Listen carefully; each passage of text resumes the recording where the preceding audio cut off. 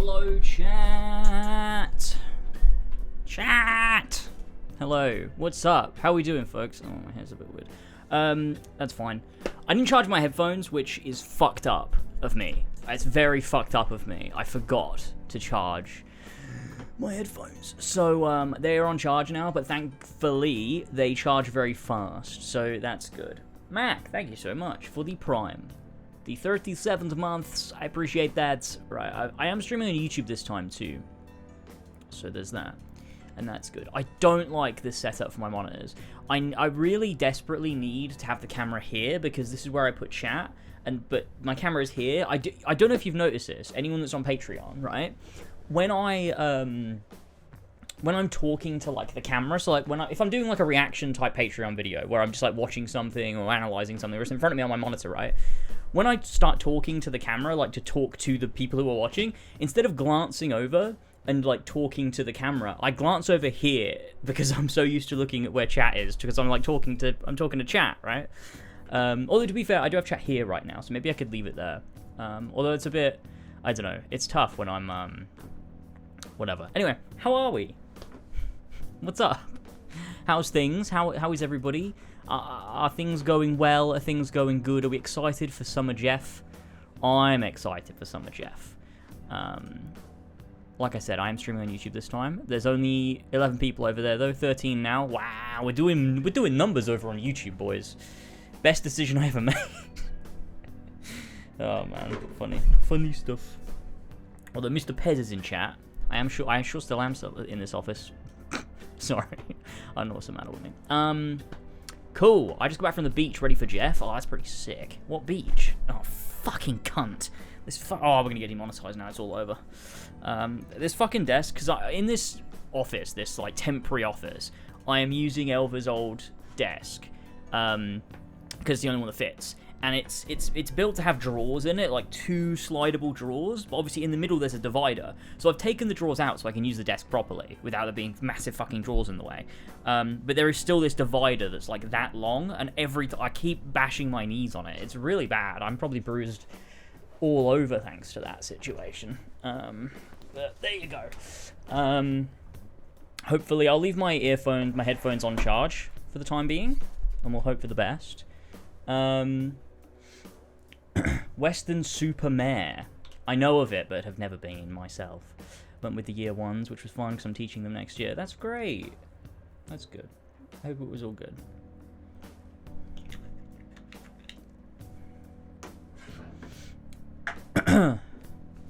Summer James Fest. It should be, really. How's your sleep schedule, James? Oh, disaster. Absolute disaster. Actually, I should move. Well, no one's really on YouTube chat, so I don't think it really matters. Yeah, disaster. I woke up today at 3:30 in the afternoon. It's fucked up. But it's kind of like, I've said this before, it's the back and forth I do when I'm writing something. I mean, to be fair, I'm doing a lot of different things, but I'm kind of in the middle of like editing. So it's like editing is my nighttime thing. Writing is my morning thing. When I get back to writing a script and I'm locked into writing, I'll be up, early, which is nice. I like going back and forth. It's fun. Off work today, let's go. Oh man, I miss that feeling. That's the one thing, right? And it's not it's a worthwhile trade-off to be self-employed, but well, self-employed in this context, because you can be self-employed and be like a plumber, which is not the same as what I do. You still would work Monday through Friday, like it would still be a similar structure. The point being, having like a structureless work life, the one thing I do miss was like that feeling of having like a day off. And I never worked an actual job except for that one time that I did for like a week, but like having like a day off college was like, that feeling was great. Like it is such a good feeling.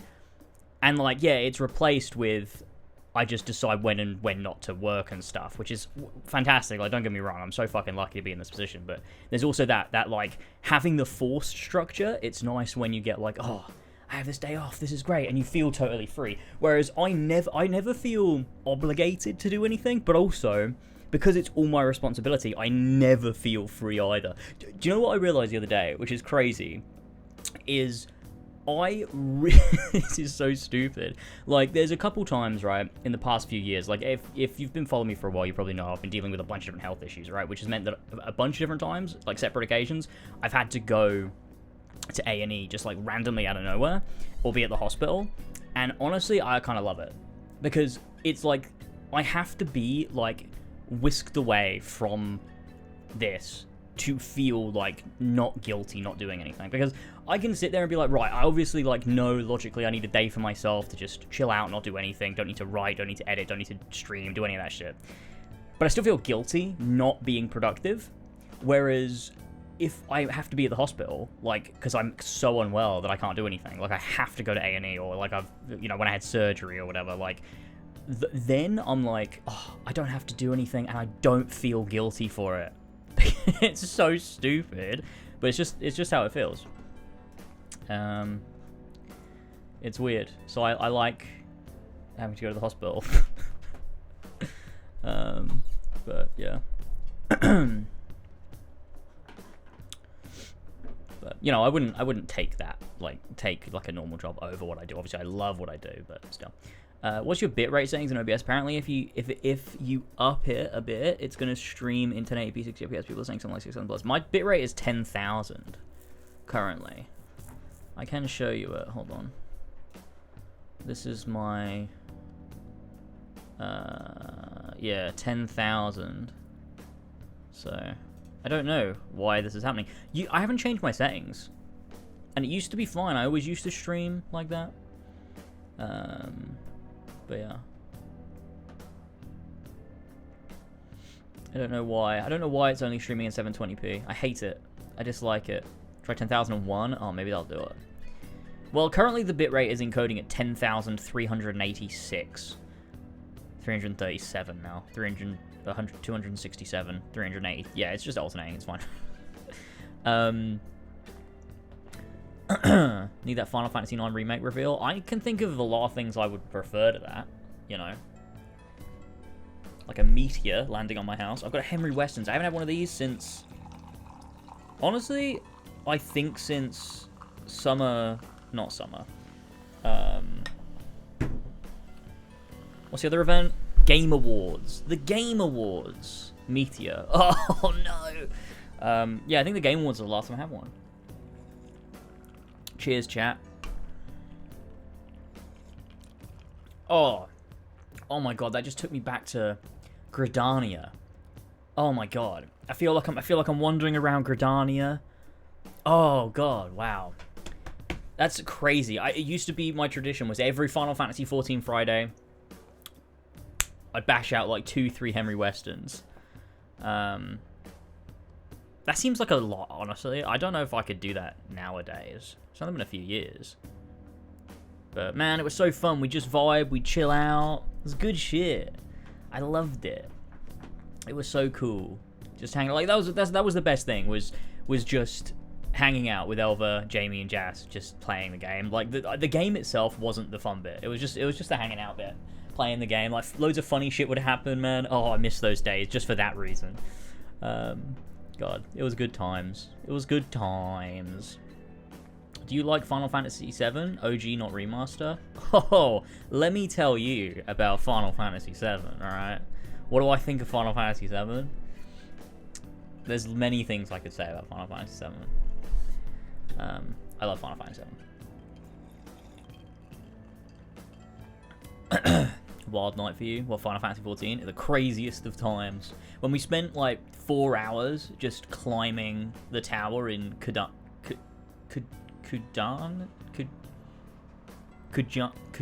what is it called again? Kugane, that's the one. Yeah. Oh, those were good times. Gorilla and Burb. Oh man, that was good fun.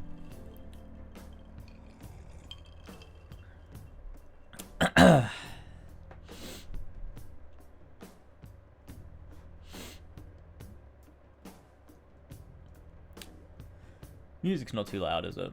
I hope not. 2 men bound by the that was good. Yeah, that was a good one. That was a good meme. Is chat showing up on screen, by the way? I haven't noticed if it is or is not. Oh my god, it's not. Chat? Where are you, chat? Refresh? Refresh to cache? Oh, I did it. There you go. That was easy. Did you move again? No. Unless... What do you mean?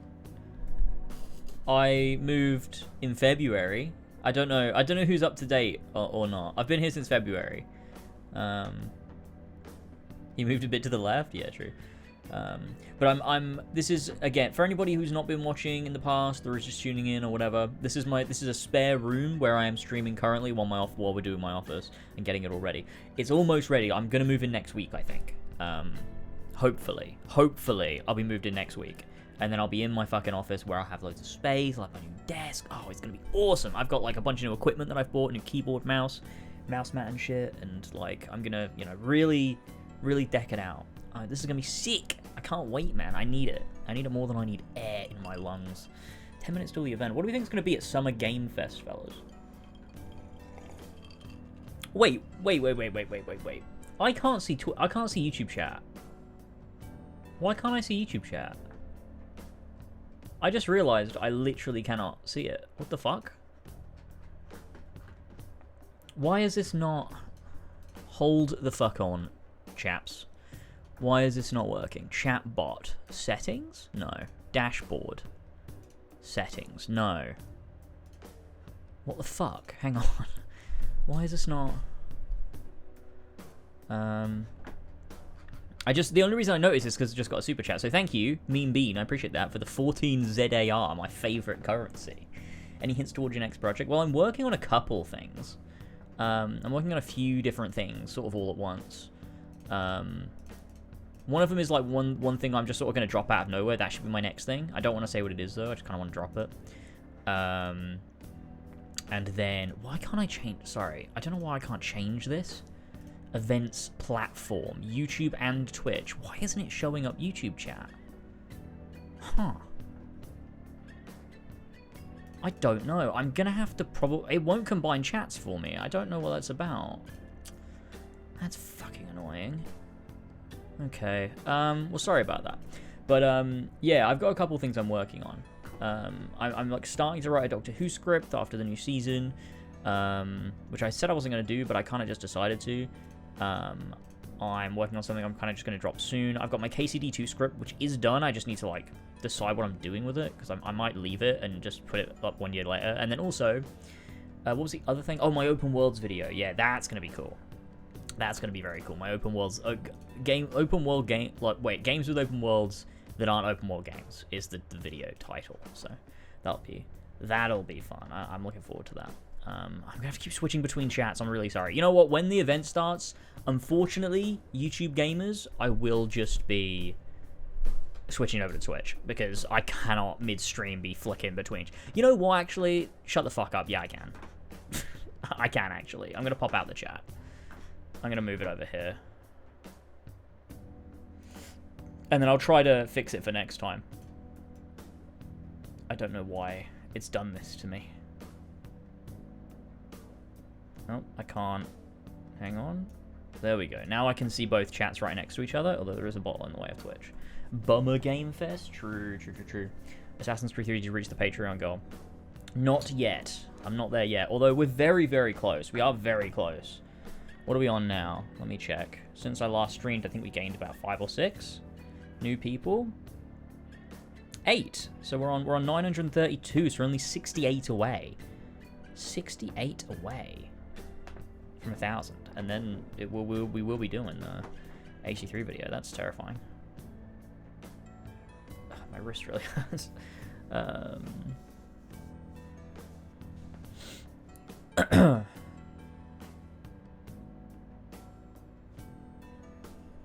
When is the 4B Discord coming back? Never. The only Discord I have now is the Patreon one, and I am happier for it. 4 pillars aren't even a thing. We broke up. The Claire Obscure video. Hey, look, never say never. Maybe one day. We'll see. How long we got? 7 minutes? Okay, we're all still good. I should probably get the event up, shouldn't I? So we know. Because I assume the pre-show is happening right now, or not? I don't actually know.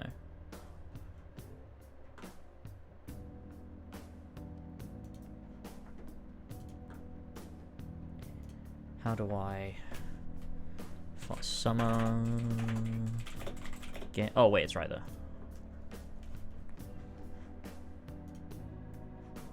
Six minutes. Wow. I want to close the chat. There we go. Okay. We're good. We're good.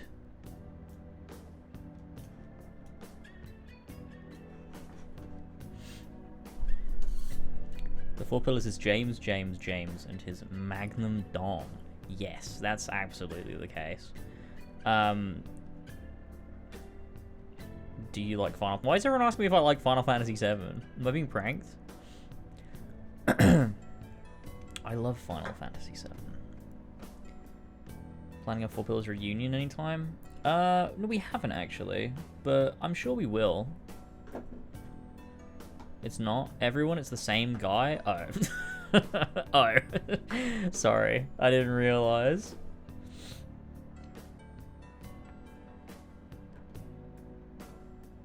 James, what would it take for you to genuinely give your take on the lodger and closing time from Doctor Who?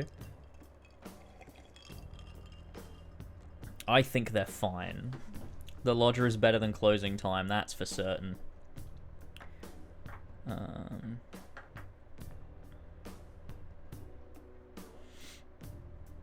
Closing time's a bit rubbish, but the lodger is fun. It's like fun, it's decent. I mean, it's not like amazing, but like it's fun.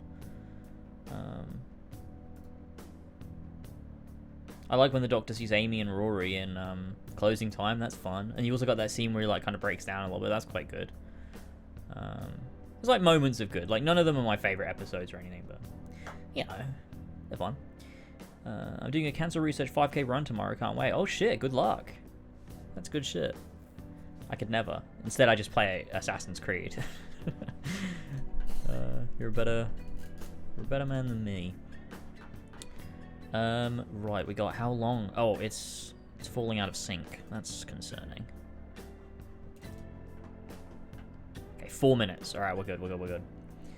In your tier list, you went no James Corden war crime. Oh yeah, I forgot about that. Yeah, they're fine. I'd probably put them like if I was actually gonna rank them. I think C tier for the lodger, D tier for closing time. Probably.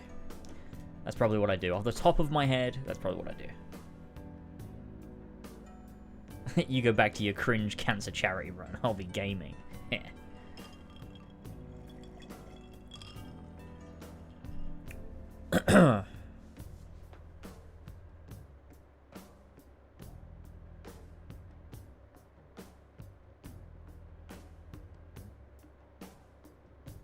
Stop, Flash, you gotta stop. We're not doing this. It's like Flash and Jamie combined. Maybe like the worst thing of all time, actually, that sounds like. How long we got? 3 minutes and 45 seconds until Summer Game Fest. Let's see what my headphones are doing.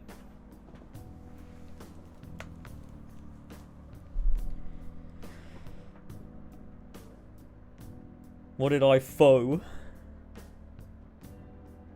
Oh, 60%? That'll carry us through the stream easy. Dude, these headphones charge insanely fast. I put them on charge for 20 minutes and they're already on 60%. That's insane. I can't imagine charging something like that. I don't know why I said that. What the fuck is up, Assassins? How's it going? Oh, thank you. By the way, Damon, thank you so much for the sub. I forgot to say thank you very much. Also, Grey Stripe. Appreciate that. Why isn't it dinging with alerts? Is my alert box broken? Where is it? Alert box. Did all of my plugin like widgets break? I think maybe all of my widgets broke. Oh no, my sub goal's still working though. I don't know. Okay, what I'll have to do is when we go, I'll leave that there and then I'll grab, where is the YouTube chat? So that it's here, and then I can read YouTube chat as well if need be. Oh god, I can't make it smaller. Why can't I? Oh, there we go. I can make it thinner. Perfect. Are the alerts YouTube specific? They're platform specific, yeah. So Twitch ones, like the ones that are broken. Oh no, that was a Twitch sub. These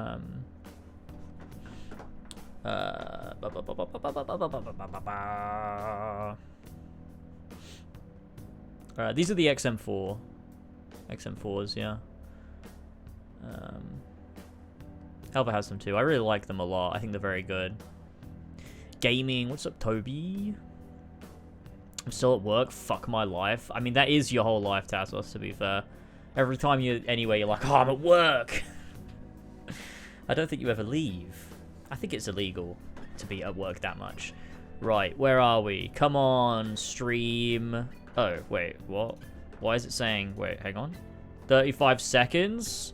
Alright, hold up. Hold your horses. Okay, hold on. Where am I?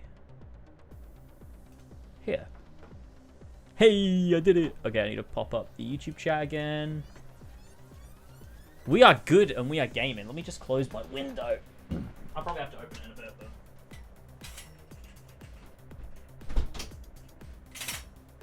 we'll see how warm I get over the course of the stream. My prediction is very... Oh my god, it's gaming! Are we ready for gaming? This is loud. Oh god, this is really loud. Why do I have that at the bottom of the screen? This happened last time, didn't it? Please welcome to the stage the creator of the Game Awards, Geoff Keighley. Oops. It's not even the Game Awards, buddy. Yeah, we're gonna have to just watch with a scroll bar at the bottom of the screen. I don't know why that keeps happening whenever I full screen. It's only when I'm streaming, though, I think. Love the energy. Hello, everybody, and welcome to Summer Game Fest, a showcase to celebrate what's new and next in video games. Oh my god, this is Every so year, exciting. we We're have so distinct talent back. coming together to spotlight the boundless creativity defines our industry. Thank you Trainers all in a for suit is so joining us, American. giving us your time. Zoom And out the special page. Thanks to Dante. I was reading my feed this morning and saw that he canceled a Oh. meeting, and he hopes I don't disappoint him. Dante, we're going to do Sweet. our best to make it worth your while. We have a really fun show ahead. Over the next 2 hours, we're going to give you a Volume. whirlwind tour of dozens of games from studios big and small. From Lego bricks to puppets, that? zombies to Marvel heroes, this show has a little bit of everything, including, yes, some brand new game announcements. Gotta have some of those. Puppets. Now, before we dive Lies into of the excitement, mid. let's take a moment to recognize just how dynamic our industry has become. Here's a look at the top 10 selling new games on Steam Dynamic. so far in 2025 by units, according to Game Discover. Kingdom Come Deliverance. Glare Obscure. Let's Now, the list go. includes beloved franchises, but sitting proudly at #1 with over 13 million units sold since February is Repo, a groundbreaking Isn't indie Inzoi game that, like, crafted by a Sims passionate clone team of that's, just like, 10 got tons of people AI at in it? Semi-work in Uppsala, Sweden. And closely AI art, trailing to be it is specific, Schedule not One, not just AI. TVGS, a solo developer in Australia. It's inspiring that these indie creations stand side by side with heavyweights like Monster Hunter Wilds and the Oblivion sick. remake. Absolutely. Now let's also applaud Claire Obscure from San. Yeah. Okay. Let's go.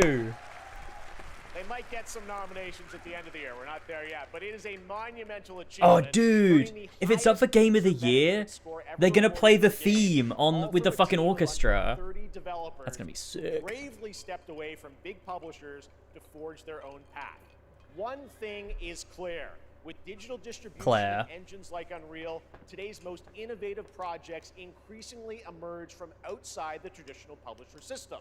That's something to celebrate. But with more than I'm an actor and I'm loving it. Oh, 18,000 it's so games good, man. released on Steam just So last good. year, more than double from 2020, the challenge now is discovery.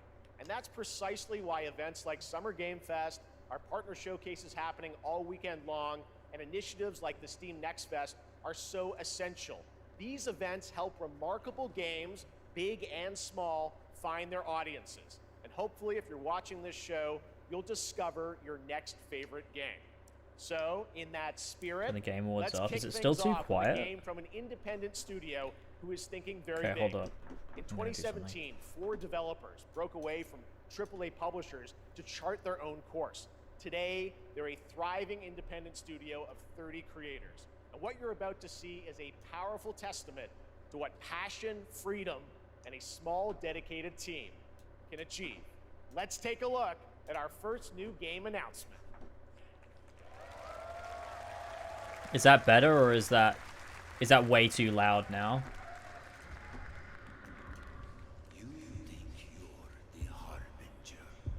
That's good. It's way too loud for me, but that's okay. Oh, it's so loud, dude. I can't do it. Maybe I should just turn myself down. Is this just a Souls-like?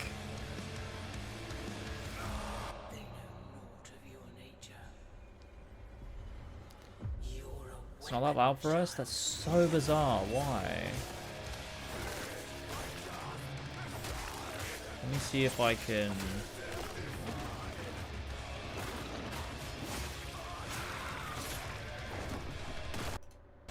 Oops, sorry.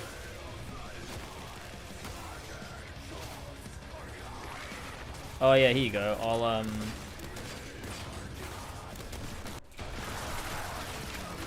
How's that?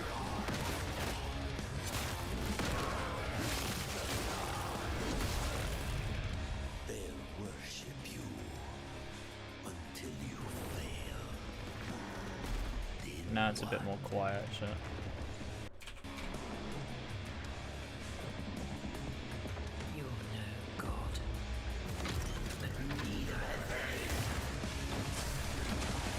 Sorry, I've not been paying attention to them. I'm trying to fix the audio.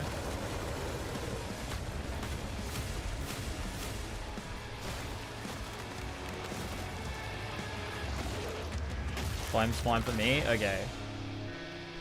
Mortal Shell. I played Mortal Shell. It's not very good, unfortunately.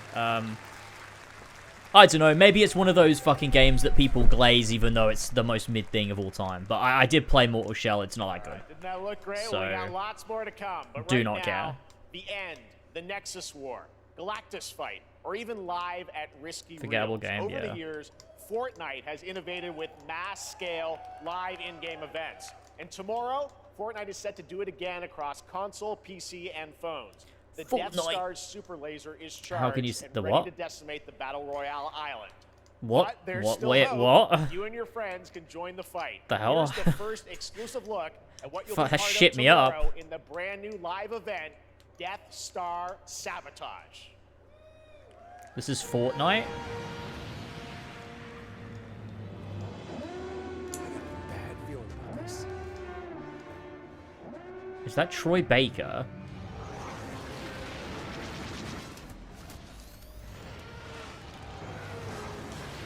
Hit him with everything you've got.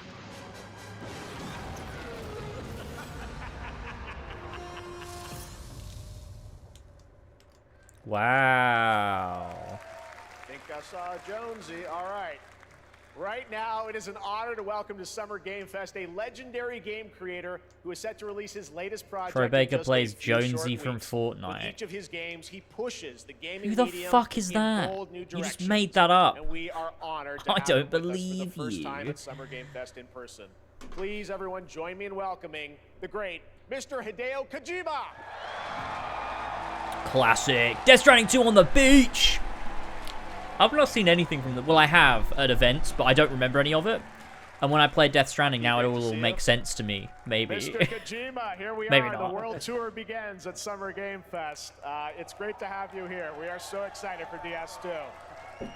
So, DS2? Let me ask you, Mr. Kojima. My favorite game. Many years on this project. What do you hope players take away from DS2 when they play it later this month? Death Stranding 2 on the landing. Well, we hit the pandemic after we released DS1. Death Stranding 2 in the club. It's a good game to play in the club. So, I wanted to show something new, connection, after we faced the Wow. pandemic. Everyone So I in the want moment, everyone you not to a phone think in about sight. that when you play this game. Okay, well, talking about playing the game, it's coming out later this month, but right now I know you prepared a special exclusive clip for SGF. Let's take a look at this.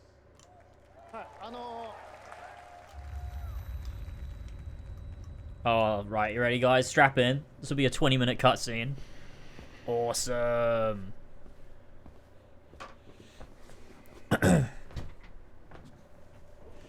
that Troy Baker? No.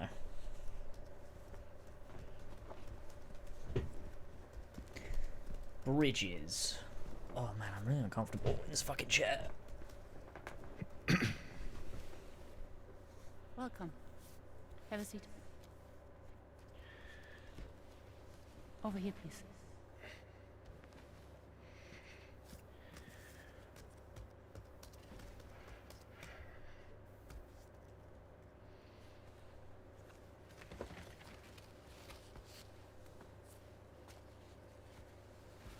No smoking, please.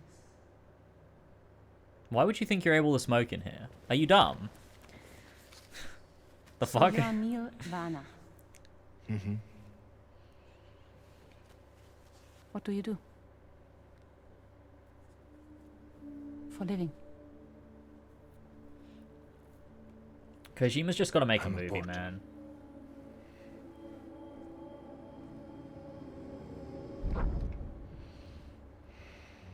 So thank you. We're good for the day.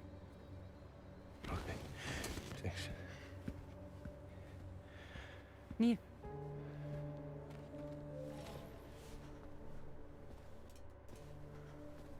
Sorry, I was just tapping back in.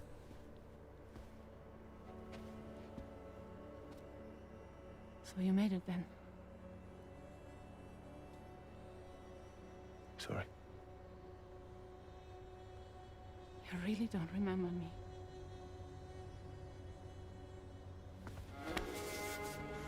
Mm-hmm.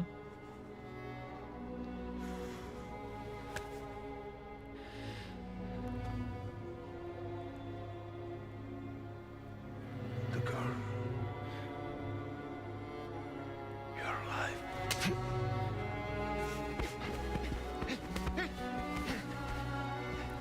Stop! Stop! Stop! I have no idea what's happening or how this could slot into the story in any way. You're still too loud, James? Well, suck it.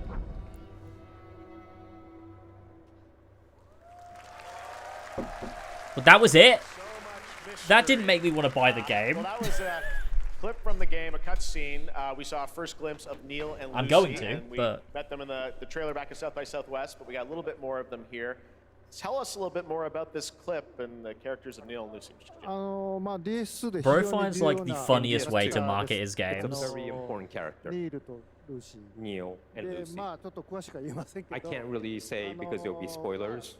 手にカニ座の刻 Neil 印が Cuckman. You saw the cancer mark on both of their すごい hands 深いつながりがあって So they have これが this 物語に deep 大き connection く関わってきます and で reveals 前回 throughout the ク story. リフっていう人気キャラクターがい And ま last すけど time on マッツさん DS1, がやって we have Cliff, で who was 物 played 語 by 的には Mats. 彼はもういなくな And った of の course, で by story, まあ 2では出 he せ will ない not be in で今回 DS2. ニールっていうのがマ But ッツ this さん time, の代わりという Neil その will 同 be じような like 役割を playing 担って like the role that 登場 Mats します did for DS2. Spoiler? クリフすごい人気あったので And Cliff was a very まあ popular クリフを超えるような Just release But the I game. think としてまあルカさん we に have お to 願い kind of して like top that 結構いい character. キャラクタ So ーになったと Luca Marinetti was a great 非 actor, 常に and I 心 think に残る演技もして it い was ただい great. て He did a great performance, so I think you'll like this new character, も Neil, う too. 20日後にゲーム出るんで Well, the game's going to be out in 20 days, so I'm not going to give any spoilers, That's I know. what I brought today. But there is more to share, and you won't have to wait very long to learn more about the game. Actually, this Sunday, as part of Summer Game Fest, you tune into the DS2 live game premiere, where Hideo will be joined by many members of the cast. He'll be sharing a new demo of the game, live gameplay demo. I don't think I've alongside seen Elle any Fanning and gameplay Troy of it, to be Baker, and I'll be honest. there hosting it. Troy Baker? Let's just say this is not the last that you've seen of Neil this weekend, and we'll leave it at Oh that. my god, not the last I've seen of Neil. Thank God, man. I'll Thank show you God. the gameplay scene あ of の見 Neil. に来てくださ I い don't know what I'd do So if that was the hope you last I've enjoy, seen of will Neil. join us Sunday, too. Excellent. All right. Thank you so much. Hideo Kojima, everyone. Great to see you, Mr. Kojima. Thank you. All right, and now I'd like to introduce my co-host for Summer Game Fest. She's along for the party, a veteran games journalist on GameSpot and the co-host of the Friends Per Second podcast. Please join me in welcoming the incredible Lucy James. Lucy who?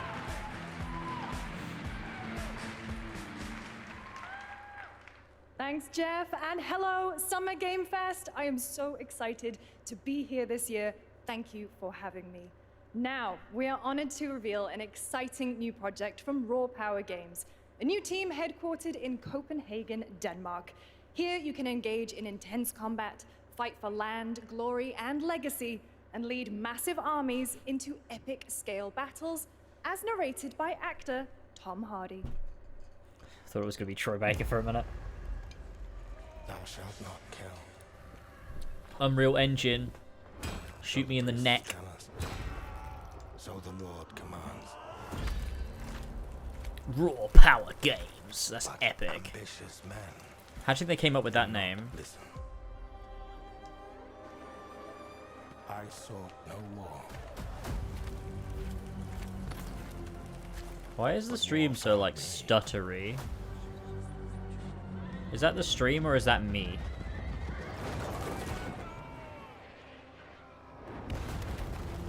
I became like them.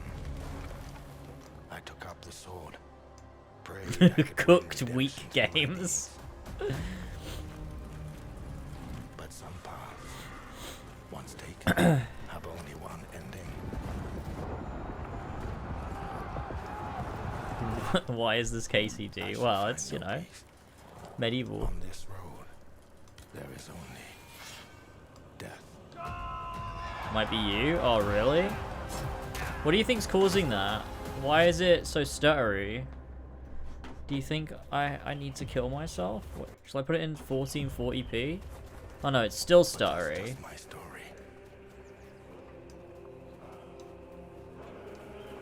Huh. Go write your own. I wonder what would be causing such a thing. Put it in 1080?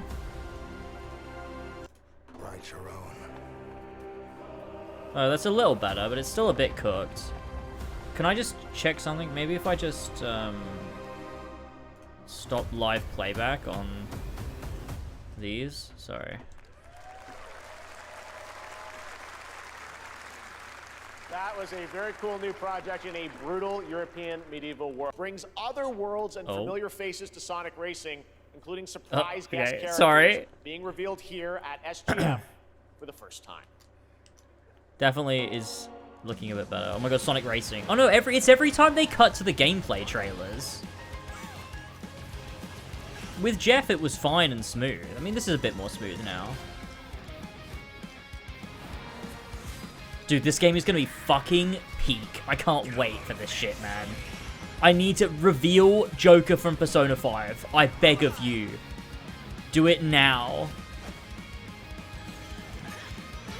I can't believe Jet is in this. This is so epic.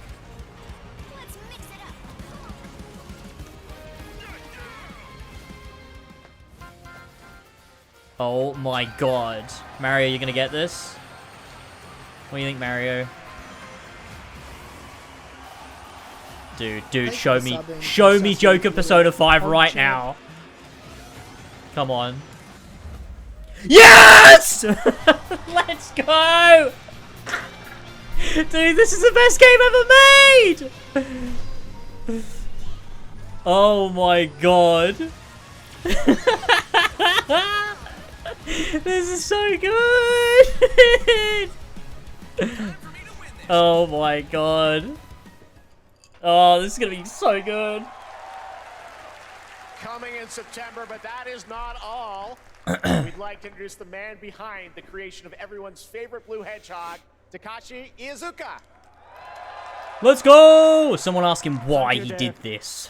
I'm honored to be here to talk about our Thank you latest for Sonic Racing subbing, you game. sassy little Sonic pog Racing champ. Cross Hey, thanks so much for the sub, I appreciate that. generation of the Sonic Wait, Racing series. did I get another one just developed then as by Monego Sonic as well? Team and the Sega Arcade Racing Team. Dalek, thanks so much for the You prime. can feel brand new experience from the new future And traveling. You can warp in the Sorry. race. Thank you so much for the Also, prime. I unlike appreciate that. another kart racing game, this game will have online cross-platform matchmaking. Oh, he's throwing shots! Oh, let's go! You can race against all of your friends across Sega's got all some of the bite back. platform. Lastly, Go to I have war one with more Nintendo. thing I'd like to show everyone here today. Take a look inside of the travel ring. Ooh. What? What? Minecraft Steve?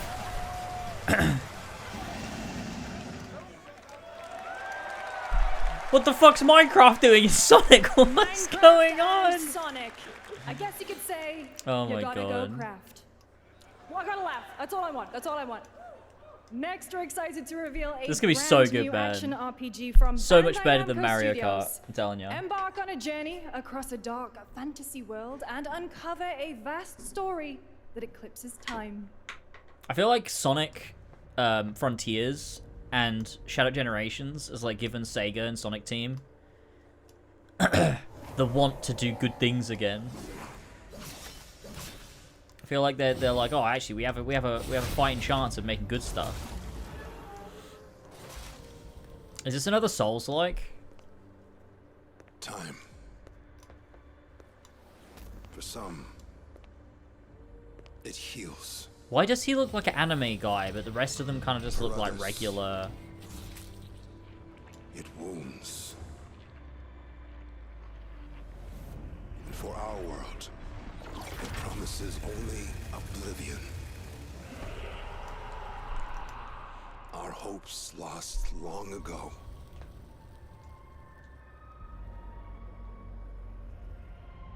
But you...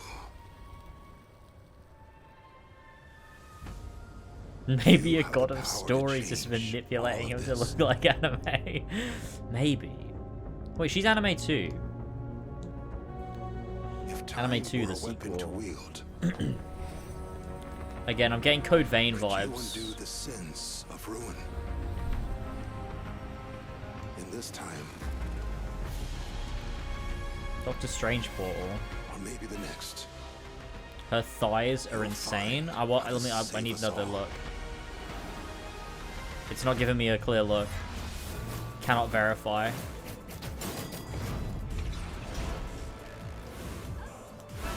She's underage. Then I'm glad it didn't. I'm glad it didn't show me, because I wouldn't be looking anyway.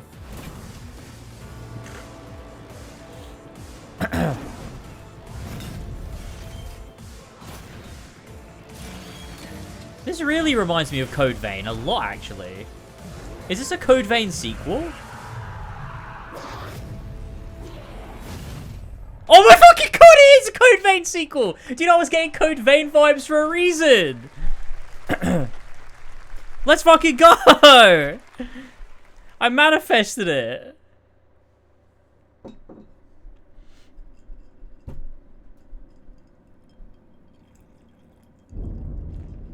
I should have got a straw. It looks like the shaft that Palpatine was thrown down. Is this Among Us? They look like Among Us's. What's next? Tales of Arise 2?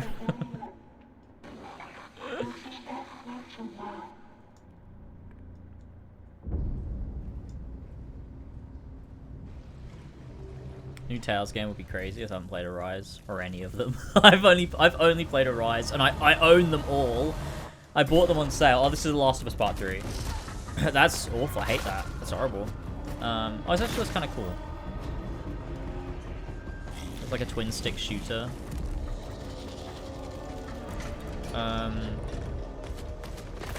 Tales of Arise was great. I'd be down for another Tales game.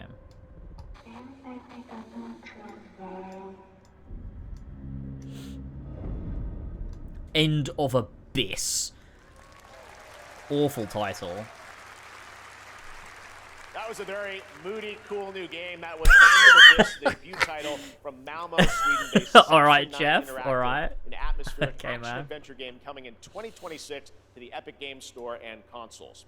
Next, we'll step into the black and white world of rubber hose animation with Mouse PI for Hire, developed by first-time developer Fumi Games and published by PlaySide, releasing later this year. Here's a quick new look at the game and the reveal of a familiar voice. Some of the best Tales games? What's the best Tales game? Which one would you say is the best? Oh, I remember this. There are those who would bend the city to their will. Dumb wise guys and fake cheese wheels. And those who do anything to save it.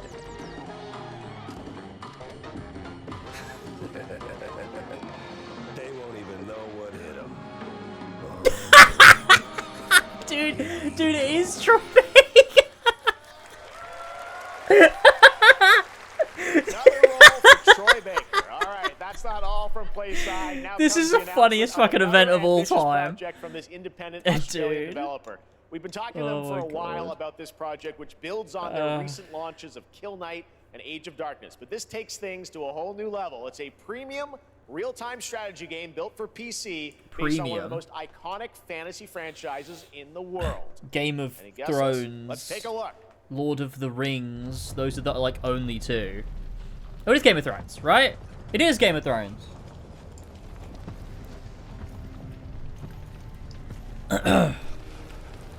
Wait, this is the end of season 8. Wait, are they gonna wait. Are they gonna be like oh look, you can make Game of Thrones end properly. But this is not the game you know. This is epic.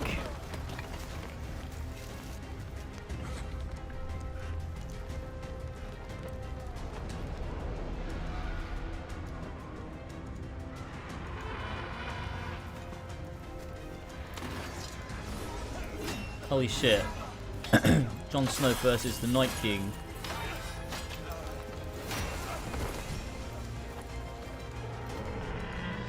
This is your legacy.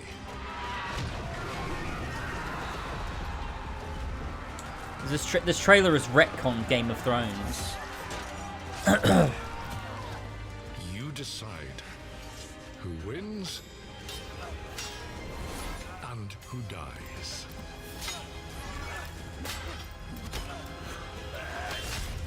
Oh my god, Game of Thrones if it was good.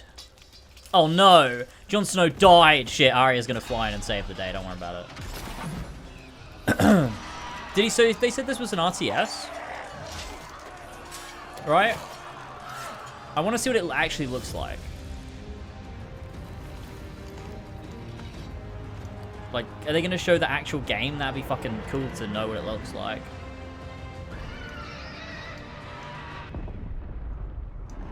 They're not, are they? War for Westeros. See, I can't get excited for that because I don't know what the fucking game looks like. It could be a really, really good RTS, or it could be a really shit one. We don't know. All right, now it is time. But for the I hope global it's good. reveal I hope of it's good because that'd be FPS fucking awesome, man. action I need a good adventure RTS. RPG. Mundfish. The great Silkovsky once said, one could count 1,000,000 billion suns in the known universe. So why do we deny other intelligent beings? It could be shit, but If it they could be were good. out there, they would have visited Earth. Who was making that Game of Thrones game? I don't remember. Is it someone reputable that's made good RTSs in the past? Maybe they will visit us. But time has not come yet for this. What is this? The dawn of a new era. The era of Oh, what? Didn't that just come out? What?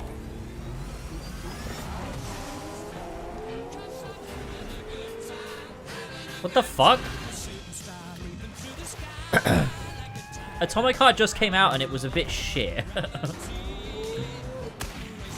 Atomic Heart was a few years ago? Really? It feels like it came out like 2 years ago. It's crazy to have a sequel out so soon though. Was it not 2023? When was it?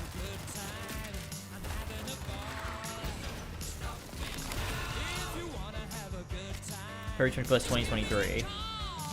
Yeah, so it's just over 2 years. That's crazy. Have a good hunt, Captain. I didn't like it very much. I thought it was a bit boring.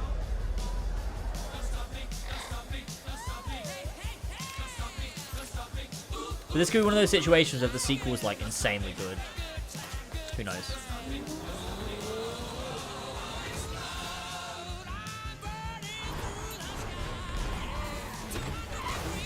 This is not the vibe I got from the first Atomic Heart, so I'm a bit confused.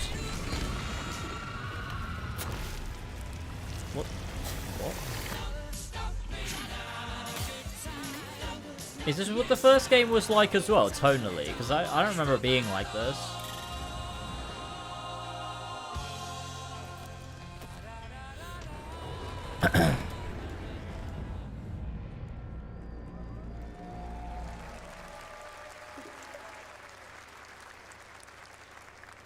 That's right. Atomic Heart 2 is in active development at Munfish on Unreal Engine 5, a spiritual successor to the first game with a retro-futuristic world on a global scale.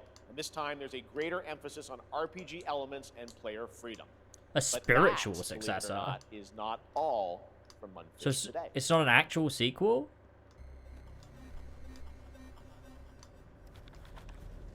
Is it recording? Yeah, it is. It's in the sky, a giant cube. Ads? Oh shit, I forgot to turn my ads off. I'm sorry, chat. When it showed up, I was in the lab. I didn't even see it. You know? I felt that same fear, though. A terrible sense of my own powerlessness.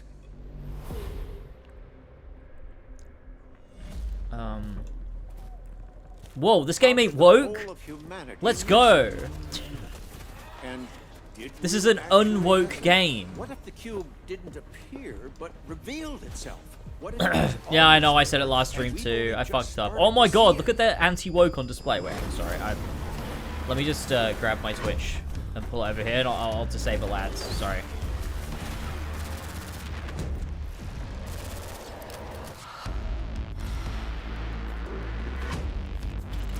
How do I turn them off?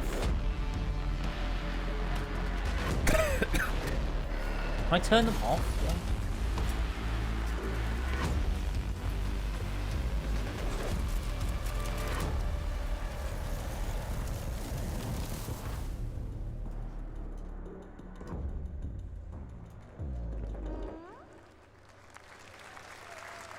Cute little guy. The Cube is yet another new project from Munfish, an Okay, MMORPG shooter set in the Atomic universe on a massive can't turn them levitating off, cube you can see there, but where the that should be edges are fine. constantly rotating to create unique gameplay combinations that are ever evolving.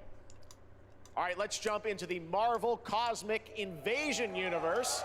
The new retro beat 'em up coming to PC and consoles this holiday with multiplayer fun for up to 4 players. You can pick between 15 Marvel characters to play, but so far, only 7 have been revealed. Well, how many? Now it's time to meet the next 2. 9? Wait, 9 in total now? What you saying, Jeff? Rocket Raccoon. And She-Hulk. This is so epic.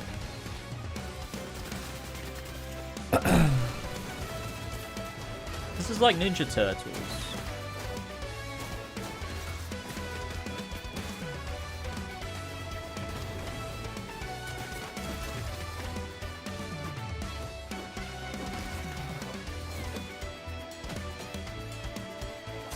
Wolverine.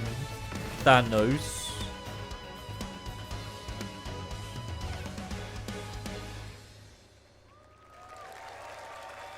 Awesome.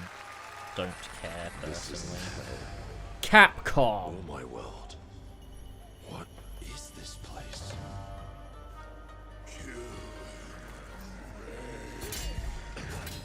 Also, you don't have a chance.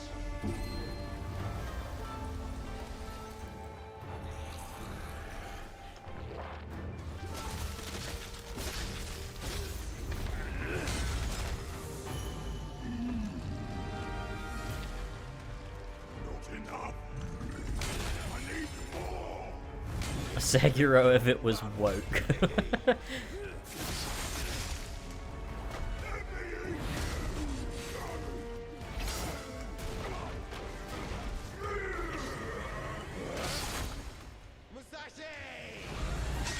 We both want the same thing, Musashi. But there's only room for one at the top. And it won't be a coward who runs for a jewel. Words never did work between us, did they? Sasaki Ganyu. Oh wait, yeah, we knew this was a thing. Oh yeah, he has that the glove that talks to him or whatever. Wait, does it talk to him? I don't remember. Maybe I'm thinking about another game. I don't know.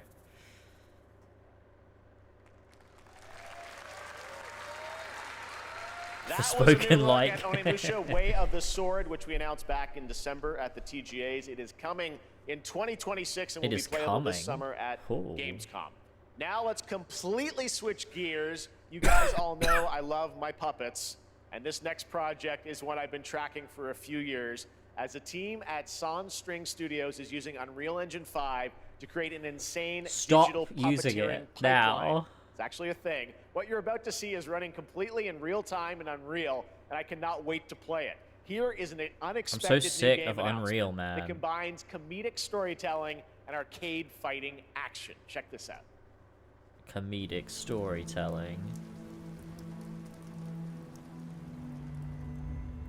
Fuzzy, the tournament of a million punches, you'll get yourself killed!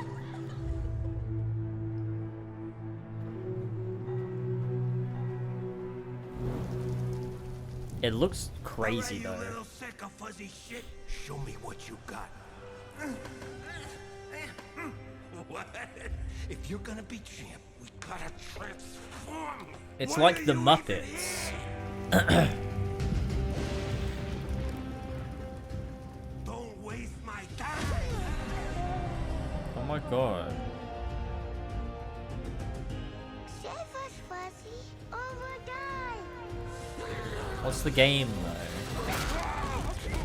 Do you just do punch and kick? Is it a fighting game? Boy. And boy. Eat bread, crap, burnt toast, carb load. This Wait, lady what? ain't gonna beat itself. I've been taking dumps in there all day. Jeff. What?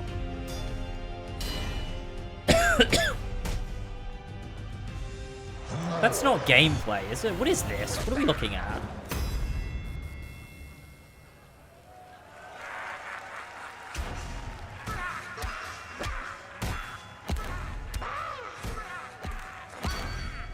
What?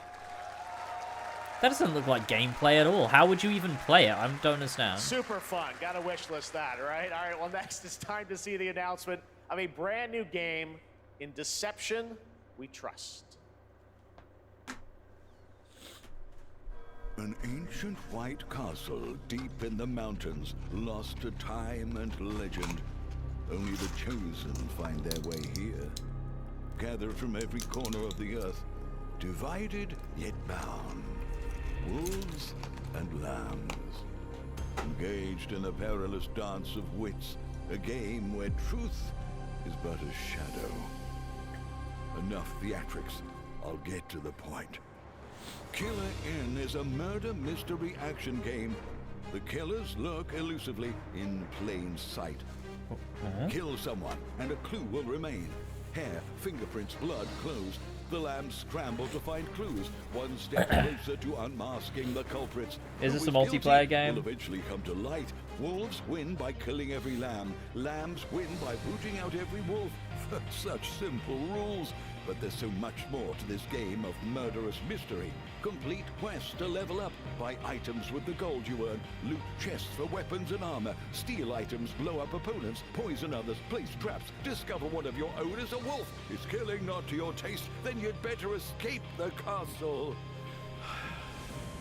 Now the You know what? I feel bad for people who have to make these trailers or market their games because you're torn between representing your game in an authentic and earnest way and marketing it to the masses in a way that'll make them want to click wishlist on Steam or buy it to stream it or something like that. That was Killer Inn, a 24-player multiplayer And so that game trailer from looks Square Enix, awfully where you compete in a uninspired, game of boring life or death slop. using But social like, it deduction could be a skills good to win. game. All But right, you it's hard don't to know believe because this they next game marketed was it first announced towards at like TGA fucking in people who just want to 2021. throw it up on And though stream it's and been a shit. while, their recent tech tests prove that some things are definitely worth the wait. I'm of course talking about Arc Raiders. This is one of the most anticipated games of the year, and we're excited to share a new trailer which will Oh my tell god, you why is the more logo about the woke? mystery surrounding the world of Jeff. Speranza and the long-awaited launch date coming later this year. From Embark Studios, here's the world premiere of the release date trailer for Arc Raiders.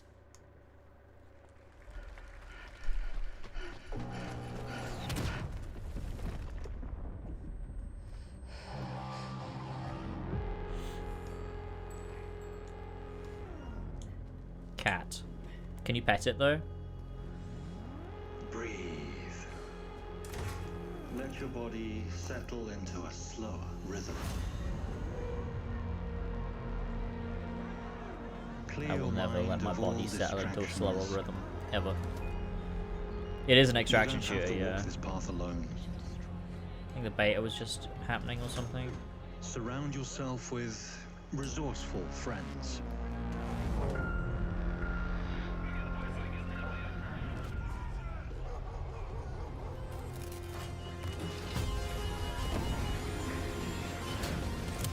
Here, you are in control.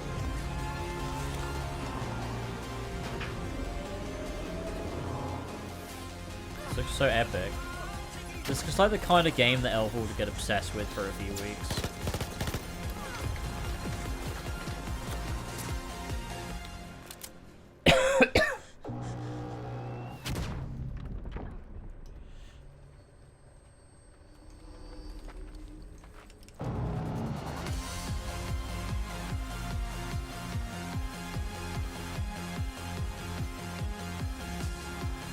Dude, what is it with not showing the game? I'm not gonna buy a game based on a trailer that is all cutscenes and cinematics. Show me what the fucking game looks like.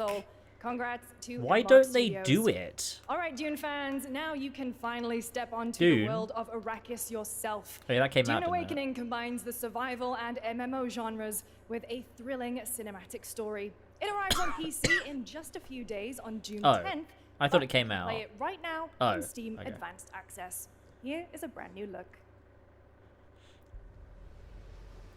This looks like the kind of game that Elf will get obsessed with every time a new COD gets shown. I feel like Elf is the type of person that when the next Call of Duty gets announced, she'll still be playing the old one because she wants to get her money's worth out of it. She'll be playing it for 4 years. Everyone will have moved on to Modern Warfare, Korean symbols, and she'll still be playing Black Ops 6.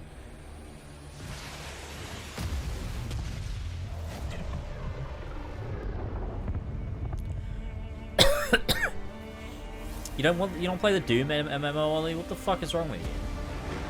You're gonna miss all the good gaming moments. I can't believe this. You are a loser, and you need to be put behind bars for being a loser. Oh my god, it's got building. Wait, this might be peak. Guys, should we play this together as a community?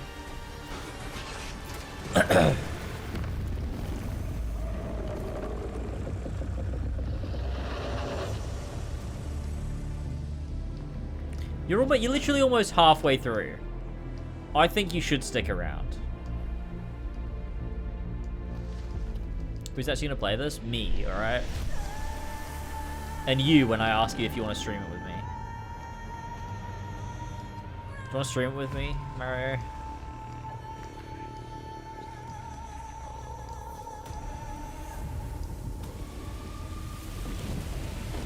James, I'd rather kill myself? Alright, mate. Fucking hell. You'll be taking that back when I kill myself, alright? Because you said it and it was mean.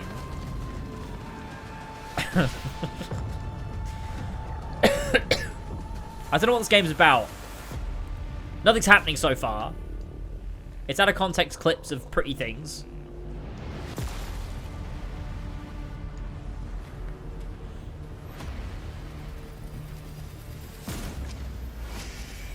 The next game better draw me in. Okay, I'll give Jeff a call. Why is the main, like, thing a man versus a woman? Is this gender war? Is this game politic? Guys, do you think they just made Dune politics and woke? I can't believe they would do that. Dune is not politics. I can't believe it. They put politics in my Dune. Fuck's sake.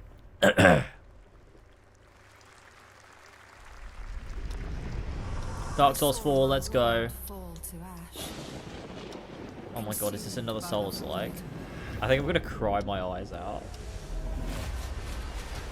I just see something that looks like a... Like, you can't even tell. They haven't even shown the gameplay. But it's like, kind of looks like a Souls-like.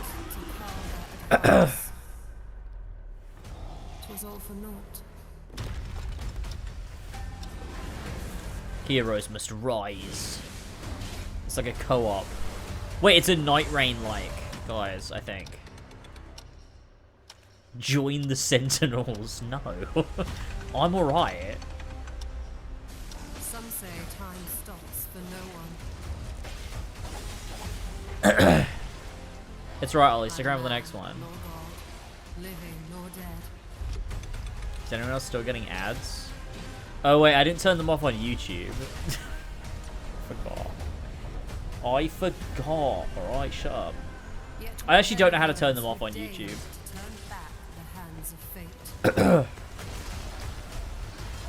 To save what remains of our broken worlds, you need only take my hand. Return to How does a person turn off YouTube ads? awaits. No clue. Absolutely no clue. I'm very sorry. You're just going to be getting ads. Every hero's tale begins with a trial. But the true lead of the story has yet to emerge. Oh, this looks like a sick game to goon to.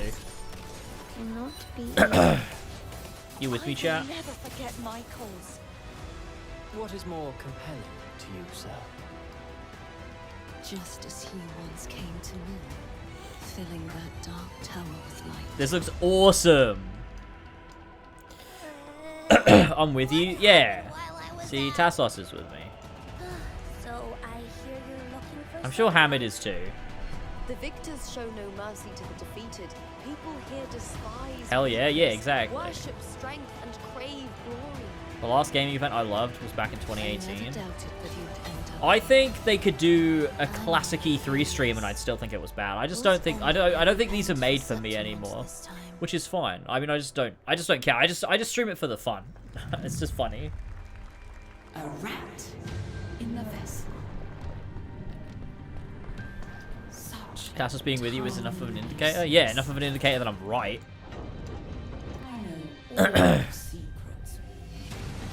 Gooning is fucking fun, man. You gotta get with the times. Oh god. Don't come back. Don't come! I wasn't planning on it. Not yet, anyway. I'm gooning. That's Mio, Memories in Orbit, a stunning new Metroidvania platformer that God has a damn it. demo on Steam you can play right now as part of Next Fest. What we're about to see next is a stop-motion co-op platformer where everything has been crafted by hand. It's called Out of Words, and I'm honored to show it to you today. Wait, did we not see this? No, wait. We didn't see this yet. Why am I getting this confused?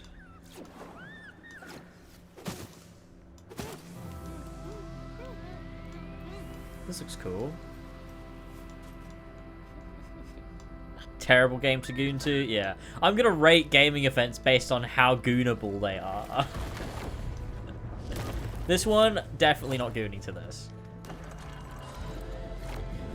Not a chance. Don't you see? We can't. Come on, follow me. It looks good though. Not great for gooning, but like, as a video game, it's kind of cool.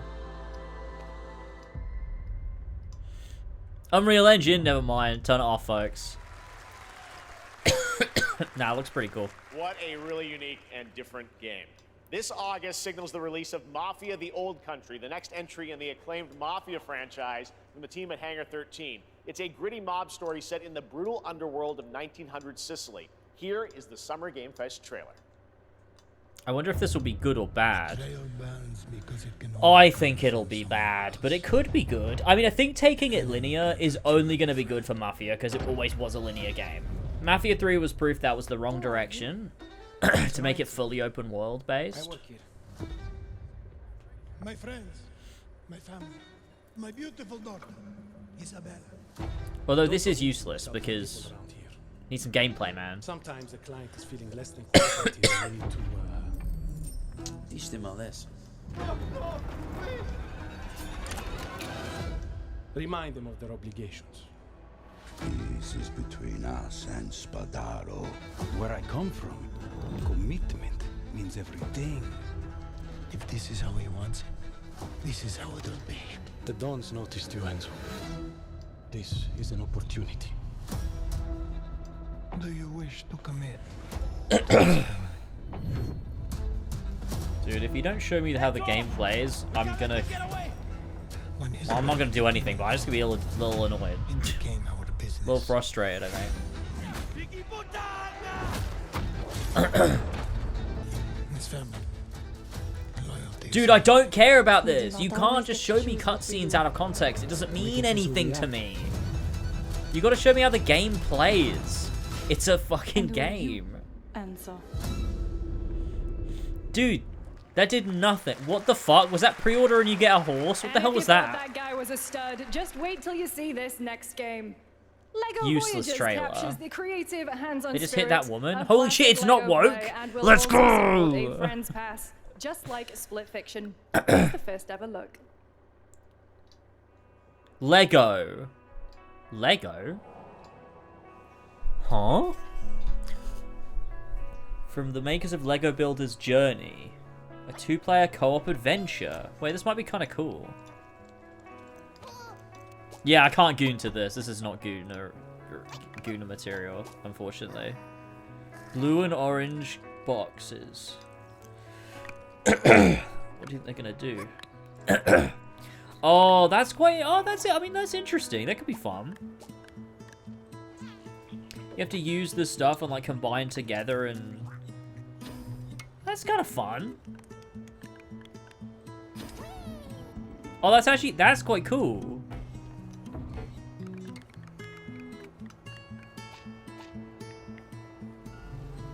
I actually really like the look at this, actually. Yeah, it's one of those ones where it's like, will I play it? Probably not, but like... I'd probably enjoy it if I did. I'll play it. Well, the thing is, the only reason I didn't stream, like, Split Fiction is because Elva didn't have a streaming room. And obviously, like, I'm in this position where I'm not really streaming because my office isn't done, but... When Elva's back up and running, maybe we could, stream something like this. That'd be kind of fun. I'd do that. That looks cool. Hello, Summer Game Fest. I'm Carolyn Lawrence, voice actor for a few familiar faces you might have grown up with on Nickelodeon. Some with squirrel suits, thank you. Some with science smarts, and some with serious attitude. Nickelodeon has always been about I don't know wild who she's talking worlds about. and weirder characters. And while I'm mostly sworn to secrecy today, I am thrilled to have a hand in revealing something that brings a lot of those characters together. Yeah, I like do want to, never but before. I think she should You play. enjoy the first look at Nicktoons and the Dice of Destiny. Yeehaw! Oh, Sandy from SpongeBob, right? I don't remember what she sounds like. A great evil would emerge. However, a brave Like that? Oh, yeah. ridiculously handsome wizard would call upon his magic powers to summon the most ferocious, most awesome, most totally radical team of adventurers the land had ever seen. They alone would be able That sounds like. Why does that sound like Timmy Turner? Yeah. SpongeBob. Wait.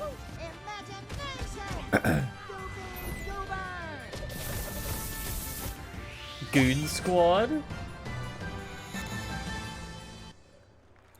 Maybe it was. Maybe that was Timmy Turner. I think it was, wasn't it? Lies of P. Right. Break to get a drink. Is a DLC expansion to Lies of P that transports players back in time with new characters, environments, and of course, imposing enemies and bosses. Here's the exclusive new look.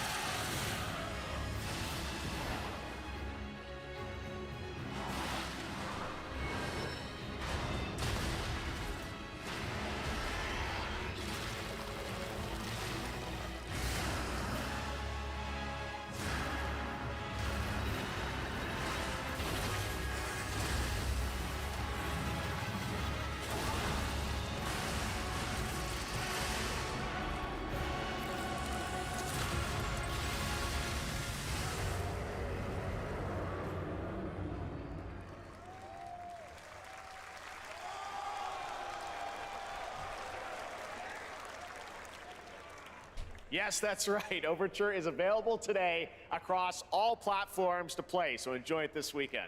All right, next up, the small video game publisher Serenity Forge, based in Boulder, Colorado, shared this game with me a few months back with a DM that said, Doki Doki Literature Club meets Silent Hill. That piqued my interest. I think you might get a kick out of this announcement, too.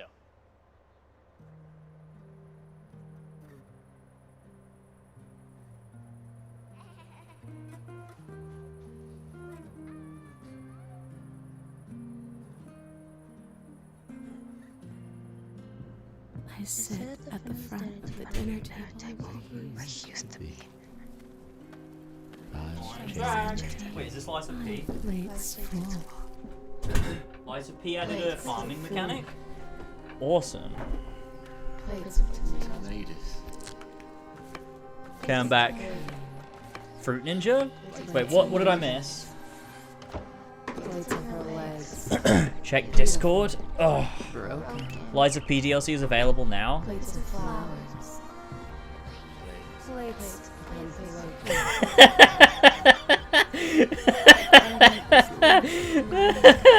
That's such a funny image. Just the logo and just an empty chair. Oh, why do I keep coughing?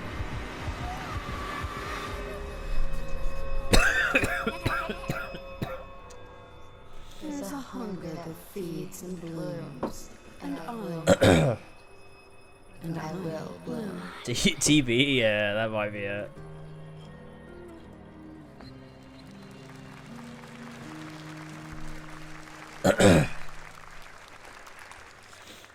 Oh, God. I wouldn't recommend eating those tomatoes. All right, NCSoft is expanding its Blade and Soul universe. Let's take a look at the rich lore and dynamic action in Blade and Soul Neo, just out on Steam. We're at that Blade point. and Soul Heroes. Dude, they put a bunch of, like, interesting stuff, and then they just, like, roll out tons of, like... Why am I getting ads to buy Mafia the Old Country at the bottom left of my screen? What the fuck are they cooking? I'm gonna open my window.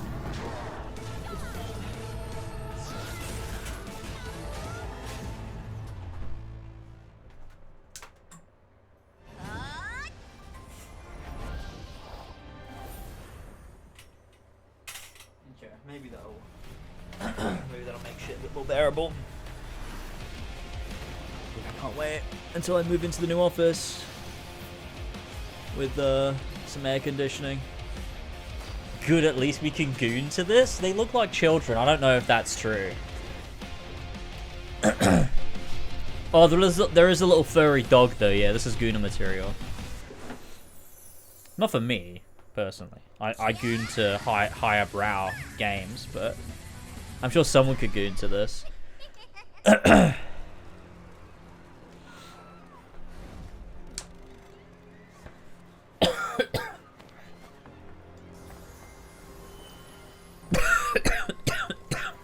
Dude, why am I coughing? What is going on?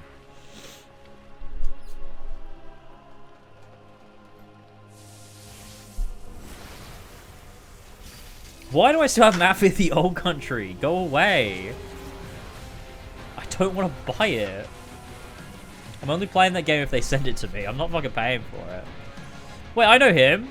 He's from anime.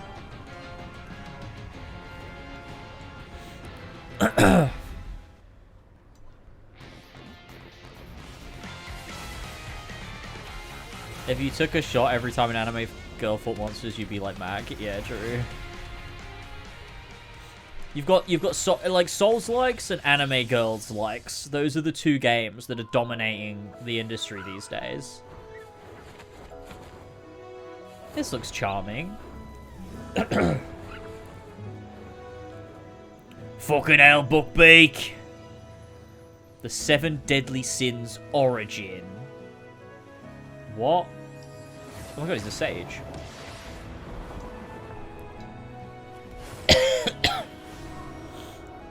Oh, what a fishing minigame? Holy shit. Best game ever. At least they're showing gameplay. Gotta give them some props for that shit. Yeah, I don't know. This game could be peak or it could be shit. That's the thing with a lot of these games. It kind of reminds me of Trials, what's the one? Mana?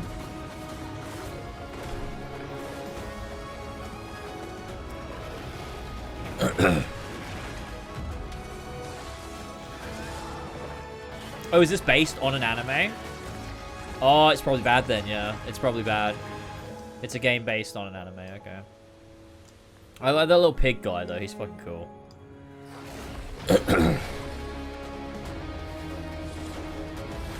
I've never heard of this in my life. Good night, I've been beaten. Good night. Sleep tight.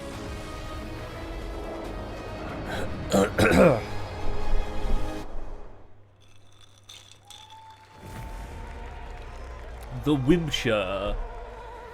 Oh. 5.6 is available today. That wasn't a real demo, chaps. This is a technological showcase set in the world of The Witcher 4. Human Creator is now fully integrated into Unreal Engine. You're seeing me live in real time. Squid Game will be coming to UEFN.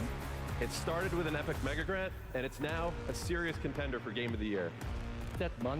Someone's got to blow up Unreal Engine. On the Epic Game Store. The Unreal Engine, like it's an entity.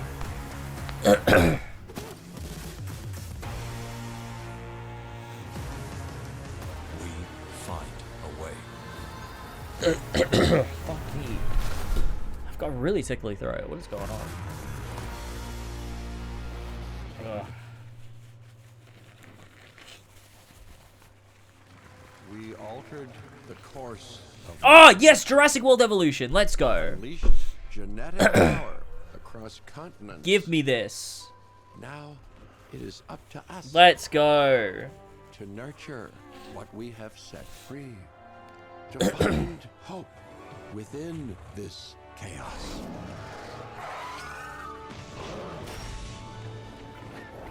Well, to help life find a way. Wait, so you can make Jurassic Worlds all across the world now? Jurassic Worlds Evolution. You can go all around the world. You can make Jurassic World in Japan. You can make Jurassic World in the Middle East. You can make Jurassic World in fucking Canada if you feel like it. Oh, let's go. That is going to be good, man. Give it to me. Inject that into my fucking veins. I love Jurassic World Evolution. Hi, I'm Celia. Mako, thanks so much for the Prime.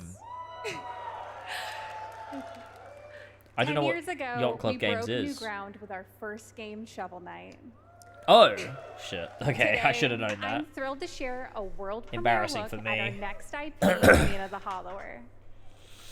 Mina continues our traditions. Hamid, of refining no, we are retro woke gameplay here for a now. new Don't generation. do that. It's a bone-chilling adventure that it I blends can't believe that's a intense meme that I combat, used to do. free roaming exploration, That's and precise embarrassing. platforming. As Mina, a whip-wielding hollower, A burrow woke-wielding through hollower? danger and What? unravel the mysteries of a cursed island. A decade ago, we unearthed a groundbreaking legend. This year, we're bringing our next bona fide classic.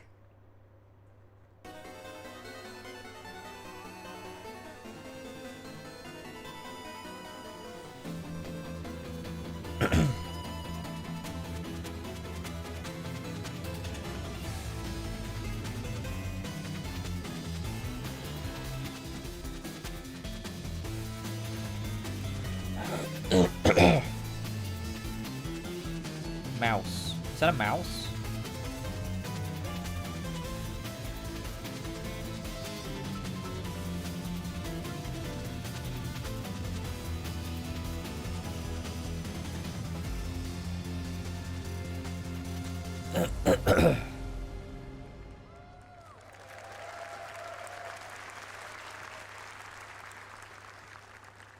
All right. This is a special one. Our next game comes from a well-known developer that has done... Yeah. Kyle Bossman, everyone. Final Bossman. All right, well... let's see what this is. It's a calling card. Persona 5-2. Let's go. Hey, Jeffy. If you're reading this, it means three things. Number That's Persona one, 4. Let's go. You're killing it at the fest with your oodles of totally natural charisma. Debatable. B, I know you're playing long darts with the fam. And 3, you're gonna do me a solid and skip that Silk Song trailer so you can pimp my revolutionary VR gaming venture that will shock the industry probably. A wet one on the lips, comma, wait. All right, let's take a look. Deadpool. Ooh, Red Band trailer. Hell yeah. Handcrafted with cuddles by the Merc with a MetaQuest. Kick back Oh, and that's bask in the rough. glory of gaming's Oh, first that's quintuple rough. A tropical Imagine being farming super sim excited for a Deadpool game and it turns out to be VR. Oh, hi, new friend. Escape the turd burger of late-stage capitalism and enter a world of VR magic and wonder. Wait, that was woke. Oh no, Deadpool's woke, guys. The elderly and this fucking thing with hip-hop Satan. Oh, hi, don't worry, he's a fascist. He deserves this big time. Oh no, it's woke, guys. Fascism's cool these days. We love fascism. It's awesome. I wiped my ass on this first. You're welcome. Who got the lobotomy with fries? Oh man. All your dreams of being inside me come true in VR. Spider-Man gets Insomniac, and I get this shit? I'm craving Korean barbecue now. Is that weird? Whoa! Yeah. Hey man. With Neil Patrick Harris as Deadpool. All right. Next year at last year at Gamescom, we announced Dying Light the Beast. The Wait, what? That really sounds. Wait, what? Experience building survival horror games. I really thought that was Ryan Reynolds. Character in this title that blends open world and action survival horror. Let's take a look at the latest trailer with some big news: the release date.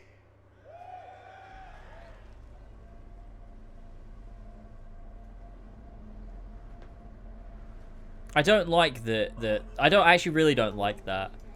They've got someone else to, like, well, I say someone else like it's not like a well-known actor, but like Neil Patrick Harris voicing Deadpool only to do an impression of Ryan Reynolds. Like, I don't like that. It's like that every Iron Man now has to sound like Robert Downey Jr. God only knows what the Baron's planning to do with those Oh, is this dying mid? People need to stop glazing Dying Light. It's not that good, guys.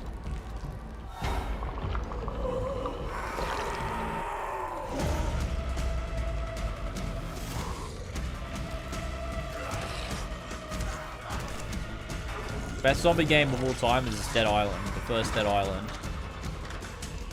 I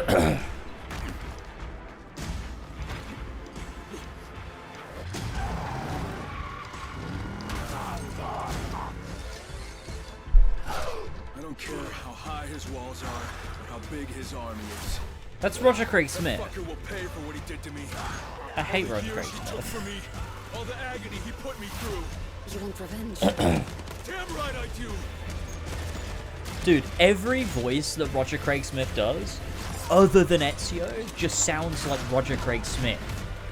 He's not ever able to put on a voice unless it's Ezio. Ezio doesn't sound like Roger, to me. You can maybe hear it in it sometimes, but it's distinct enough that Ezio, it doesn't sound like Roger to me. But every other voice he does, every other voice, Chris Redfield, this, Batman, fucking Raphael in Teenage Mutant Ninja Turtles, like, he just sounds like Roger. Then I'll go there.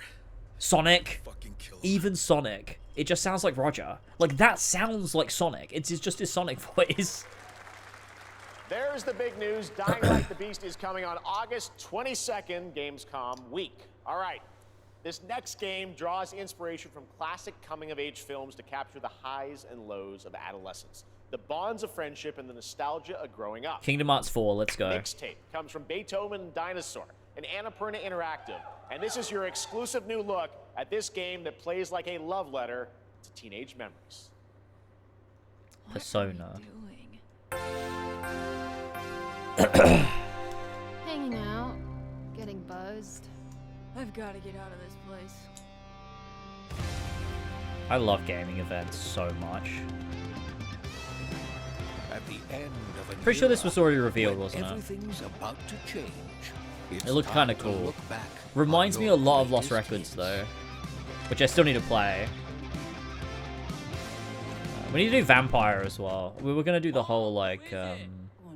It's the pigs, darling. Shit. This year, We're gonna do the experience whole retrospective like no other. gameography Beethoven and Dinosaur of that company. invites you to relive the teenage riot, to spend one last night together before school's out Whoa. forever. And with a soundtrack this good, it's gonna be one hell of a night. And The Cure. I love The Cure. Ugh, cringe. Fuck this, man. Experience it for I feel like I yourself. just have no joy in my soul anymore, man. Mixtape. Like nothing but the hits. I feel like a normal person will watch this trailer and be like, oh, it's so quirky and fun. But it just pisses me off. I trust you have seen it. A beautiful world where harmony. Goona game. Oh my god, that's my son. Will you struggle? Sora's in this. Last fleeting moment. You should goon more? Yeah, you're right. Destinies are sealed. James, should I get Alan Wake 2 or Claire Obscure? Escaping them. Claire Obscure. But don't sleep on Alan Wake 2.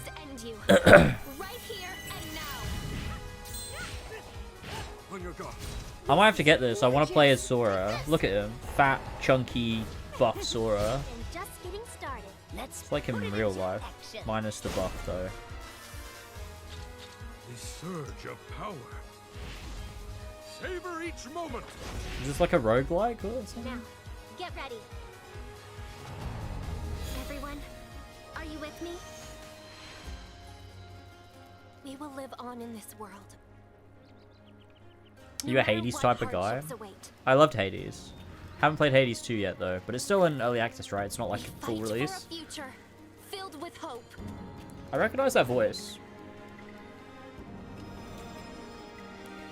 Is it? It sounds like Taya from Yu-Gi-Oh, but it's probably not. Toa and the guardians of the sacred tree. Not that voice though. Who the fuck's cheering for that? Like it matters. That What the was hell? the global announcement of Toa, a new roguelike from It's Bandai Troy Namco Baker. and developer Brownies, a game drawing from classic Japanese art Yeah, with true. a whimsical spin on Eastern mysticism. Sounds like a voice Next, we want to Futaba. introduce Nah. you to a game made by a first-time solo developer. Why is the in camera doing that? Bandung, Indonesia. With the help of 9 of his friends, he's built an intense action beat-em-up with brutal hand-to-hand combat set in his hometown. Oh, This there's barely is anyone Act there. Look how 1. empty the crowd is at the back there. The hell? They couldn't even fill it. Couldn't even fill the crowd.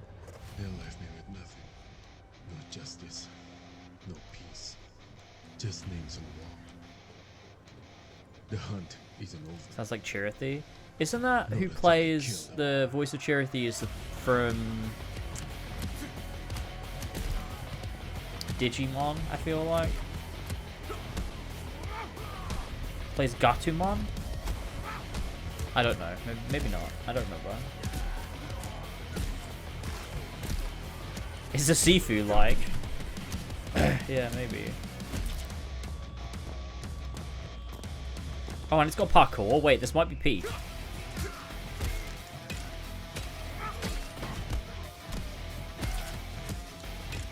I still haven't played Sifu yet. That's another one of those games where they sent me like 3 separate codes for it. I have it on Epic Games, Xbox, and PlayStation, I think. And I've not played it. I'm sure I would love it. I reckon I would love it.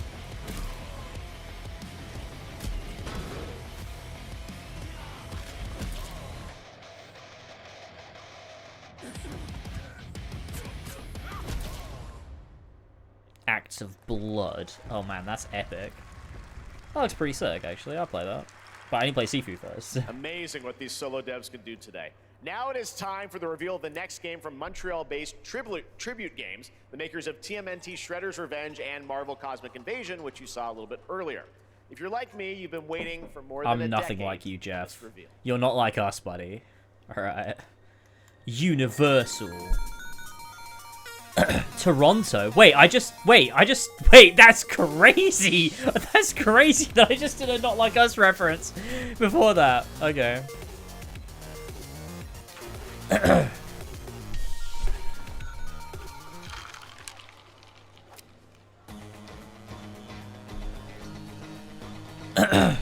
Flash isn't here, James. That's crazy that he missed the most epic reference ever. Oh, no, he is here. Okay. Never mind.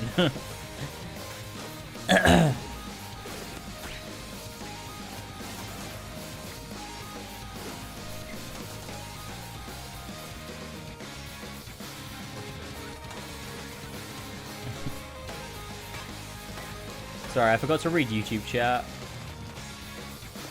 You watching Superman or Fantastic Four, James? Okay, I shouldn't have read YouTube chat. That's why I wasn't reading it. Sorry. I should have trusted my intuition.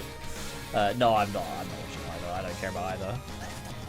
I don't think they look bad. I just don't care. I don't think they look anything. I don't know what they look like. I just don't care. Was that comp by Shaka Phillips? It totally was. It totally was too. It totally was by Shaka Phillips. Hey, look, there you go, YouTube. Flying in a brand new brawling adventure in EX, you'll battle through space-time. I love you, Shaka. In the streets of my hometown of Toronto with Scott, Ramona, and 5 of their former rivals in this online 4-player co-op adventure. With a story he still exists. By He Scott totally still exists. Brian Lee O'Malley. He's the longest lasting right member back, of but the first, community. we have a very special message from Maggie Robertson, TGA winner in 2021 for her performance in Resident Evil Village. Resident Evil Village. Ah, there you are. We've been preparing delightful ways to make you suffer. So enter the Wait, she's the big, tall witch We've lady. slashed the price to be lower than ever for you simple little man things. Still thirsty? Worry not, you ungrateful Is witch. that? There's plenty more fun. Is that to because go around. RE9 is gonna be Now revealed? cease this foolishness and make your decision wisely. What just happened? Why did we just transition into this? What's going on? Okay, I think I could probably goon to this one. Yeah, this... Okay.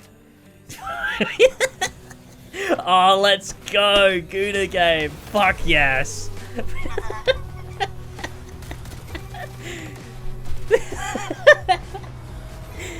Oh, God. I love video games.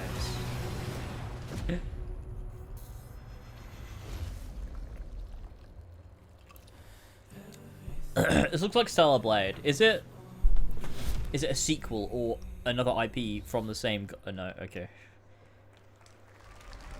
Cool. Since the dawn of time, oh my God, what's going on? Humankind has been obsessed with the hard.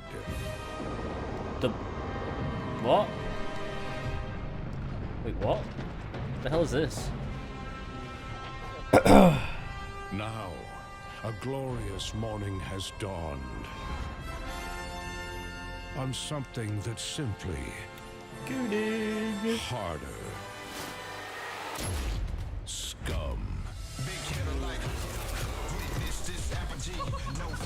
Nah, I'm overstimulated. Nah, too much. I don't know what's going on. I'm over it. What? Okay, maybe I should go to this one too. This is a pretty... This might be 10 out of 10, actually. Maybe like an 8 out of 10.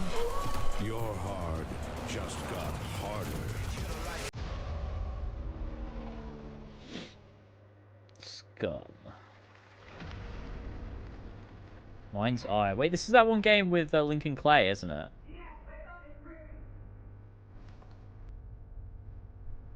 What are you doing here? Yeah, it is. Come with me.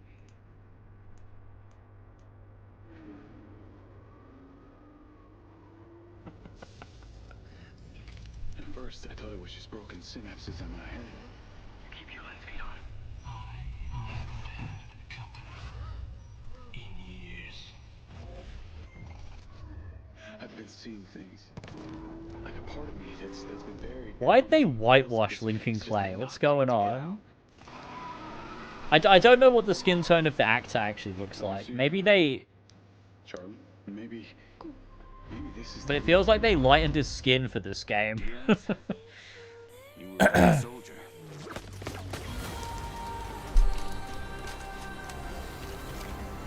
I don't want any part of your future. Bringing back Deus Ex would be a great idea, actually. Like, a proper, brand new, immersive sim. We don't have enough immersive sims these days, where, like, it's just full balls deep in that. Because they did do those couple ones. And they're a bit more action-based. It'd be cool to have, like, a proper one. What was that game? There was that one game, that just remind... Oh, wait, what? Agent 47. There was that one game that looked really cool that Xbox revealed. This is, like, a totally different thing. CEO of Iron Interactive. But... We can't wait for you to discover Mindside when it launches on June the 10th from Perfect Dark? Build Was a it Rocket Perfect Boy Dark reboot? That and looked our really cool. partners. And yes, you may have noticed Agent 47 will be contracted Yeah, Perfect for a Dark, very special yeah. assignment in Red Rock City.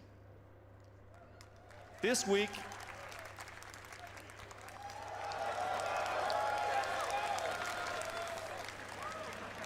Caught. This week we finally revealed 007 First Light to the world, and your reactions were heartwarming. It's coming in 2026, but we want to make the wait more exciting. We are bringing someone into Hitman, the World of Assassination, who is very dear to the Bond universe. Let's take a look. What's this? What's this?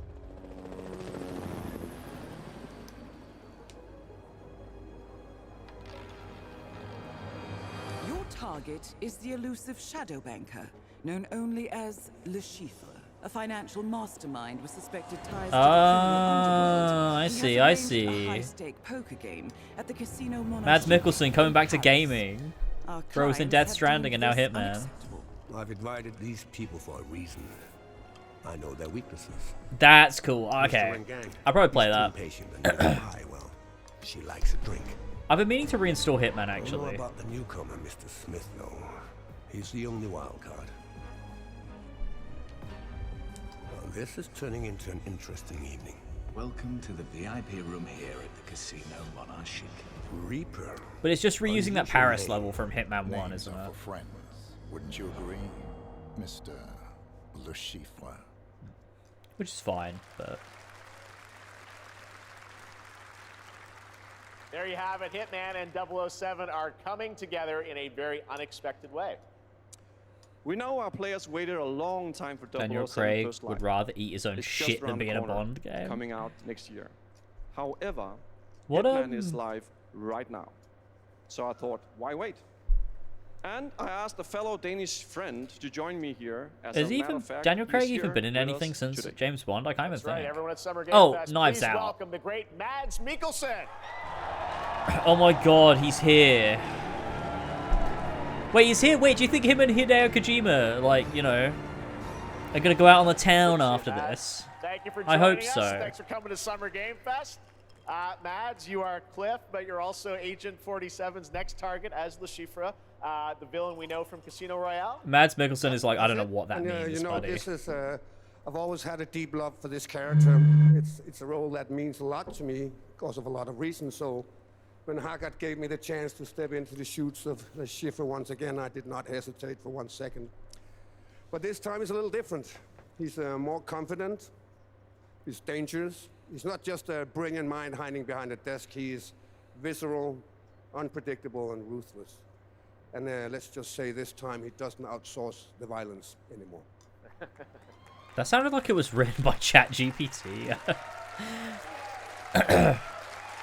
I think I'm So also this mission cooked. is set in a casino in Paris. We want to make an homage to the movie Casino Royale, while keeping surprises for our players.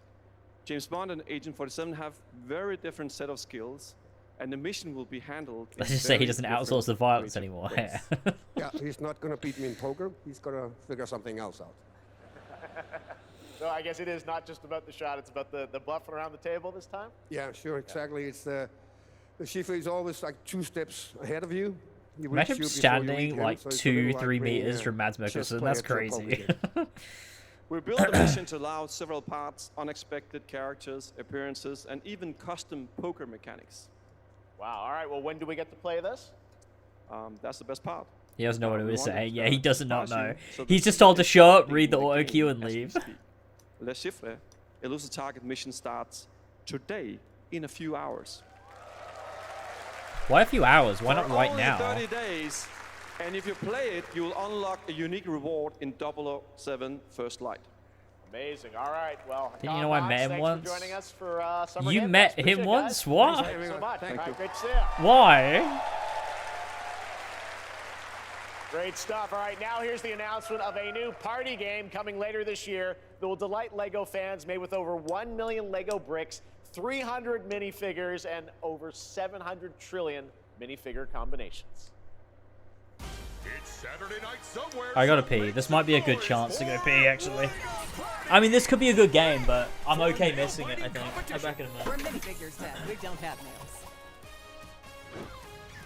It's an action-packed contest to collect the most golden bricks.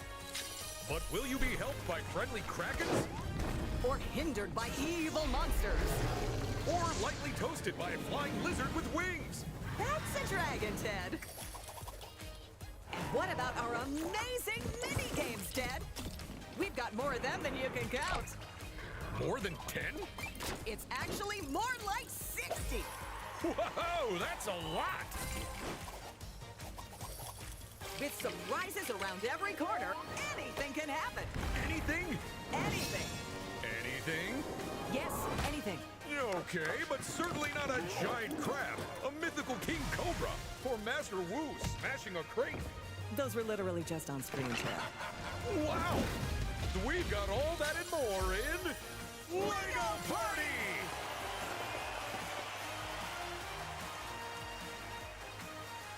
Whoa, that is looking mighty tasty.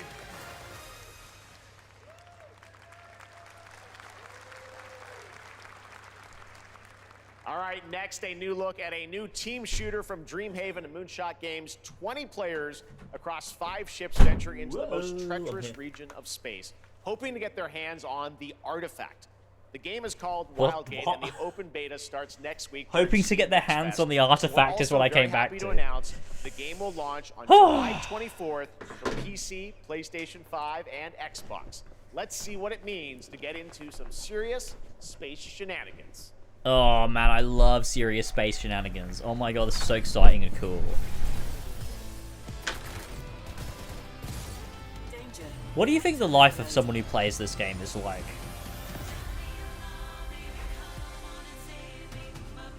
That looks like a dodgy Square Enix published game logo.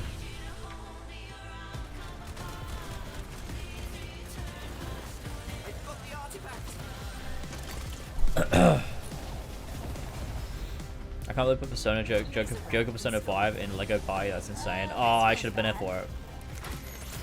Is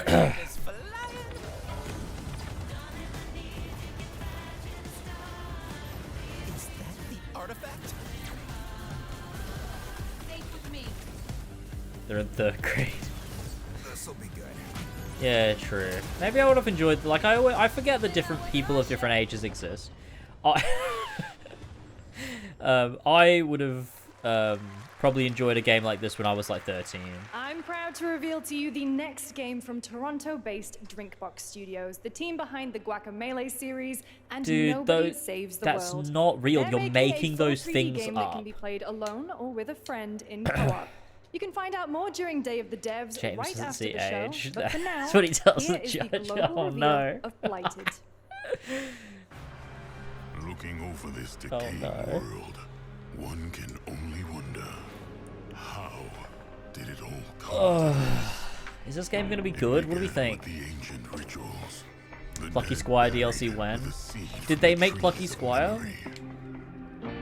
Those who ate of the fruit saw the lives they lived and passed their knowledge to future generations until Sorcisto, in his lust for power, consumed the brains of the living, spreading this blight. You harbor it too, I see.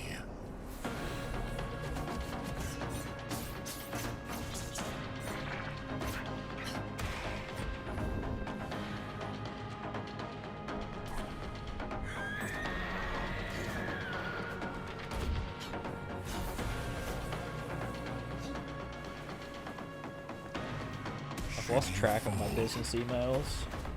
Pray the vultures consume you. My spam emails are so cooked.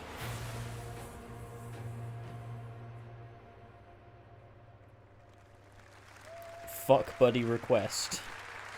Dude, I can block these a million times and they never go away. Right after the show and Day of the Devs. All right, next is a first-person Thank you for survival subbing, action Sussy horror game from little Team hog Cloud. champ. It's a new team of 50 with Hey, Shalom FPS, gamers, I miss anything good? with the new Munfish No. powerhouse label Well, to maybe. bring I don't this remember. insane There were a Unreal few Engine good things, 5 I game think. to life with unpredictable monsters and visceral dismemberment.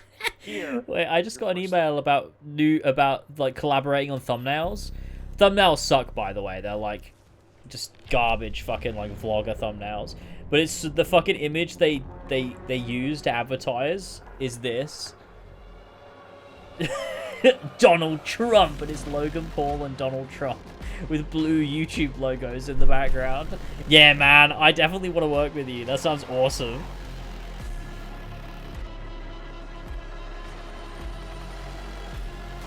What is this video game?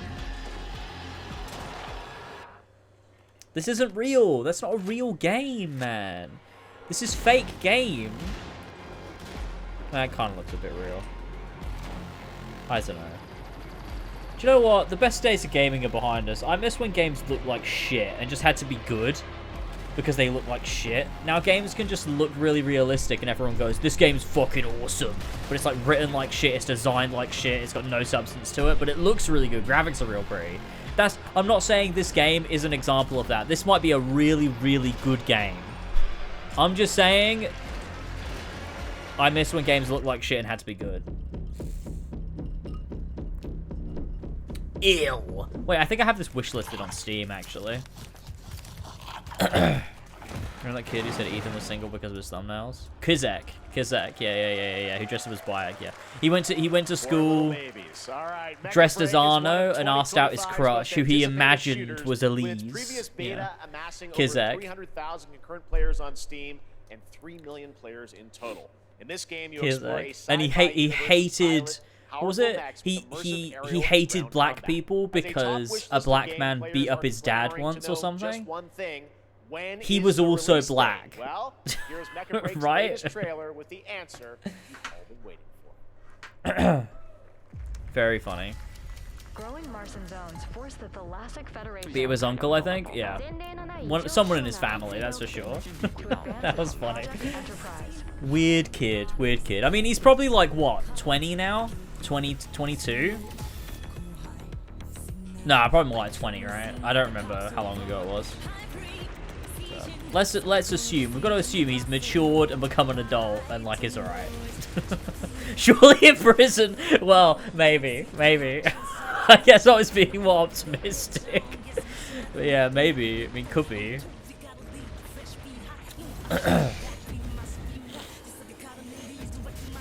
What is this? Mecha Break. It's like, it's a, what's that FromSoft game? Ah, never mind. I was gonna say it's one of those, like a, never mind. It doesn't matter. Armored Core, yeah. I was gonna say it's an Armored Core like, and it would be doubly funny because it's FromSoft, so it's like a Souls-like, an Armored Core like it's funny. And never mind. It doesn't matter. The joke's dead. I wasted my time.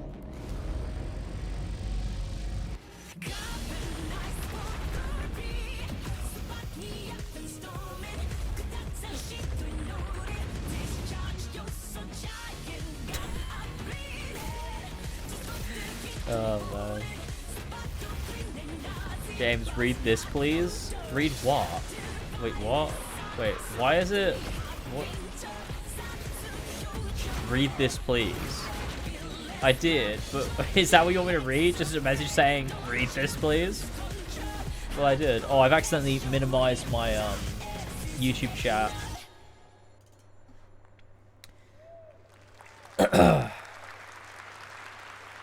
In this next title, small-scale players traverse the oversized world around them, filled with local wildlife and hostile machines. Built by I a think if small you're 8-person disillusioned studio, with AAA this games, is infinitesimals. the best thing to do is, one, look into old games that came out like 10, 20, 30 years ago. Look into like some of the old games and really see if you can gel with it. Because odds are, if it's a good game, you will. But also indie games is the way to go, I think. Like, if you're looking at all these AAA games and these brand new things coming out, and you're like, oh, this looks so bad, man, where's all the good games? I imagine there's a bunch of classic games that you completely missed out on that came out, you know, like 20, 30 years ago. You know, on the PS2, on the PS1. Give them a go. Or look at some indie games. Indie games, there's some really good stuff out there that's worth looking at. That are like, will reinvigorate your love for the medium. I think the same goes for like film as well. It's like you go to the cinema and you see all these like shit, like high budget blockbuster films. And some of them are good, you know, some of them can be good, but some of them are just like slop. And then you watch some like, you know, low budget indie film and you're like, oh, this like changed my view of the world itself. So it's like, it's trying to seek that stuff out, I think. We find a way. Yeah, I think PS Plus, Game Pass, that's a good place to look. 2026 marks just like look the at something and 30th go like, anniversary of this a might be fun. legendary Give it a video go. game franchise that I think we all know very well. Please check this out. What's this? Happy birthday to you. Ooh! Resident Evil! Sorry, my window is open. Happy birthday. Happy birthday to you. And to celebrate early, a special message from Takeuchi-san. マギーさんありがとうございます。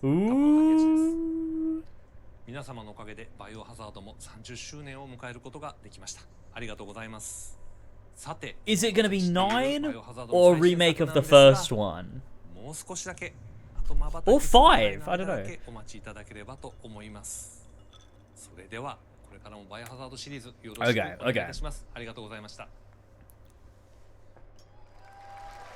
What? I need a glass What? of wine too. All right.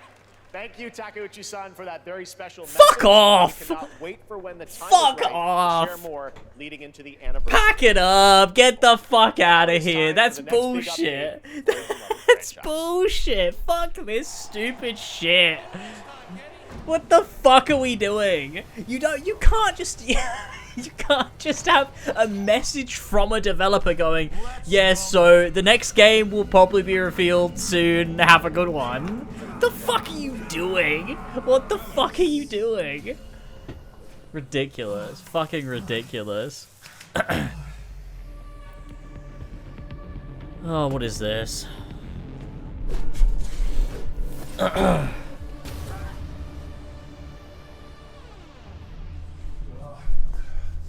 assume RE9 is going to close the show then? Oh, because it'll be like Rebirth?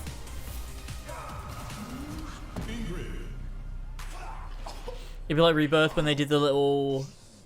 Oh, DoorDash has got you back, and then they ended on the Rebirth trailer. Maybe. Maybe. Hold on.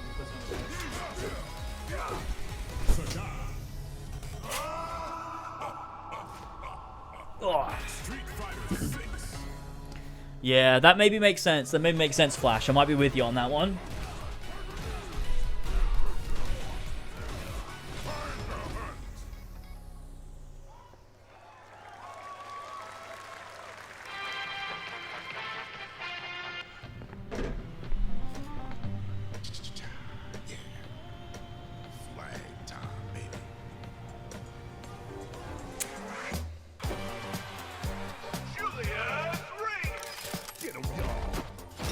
Oh, God.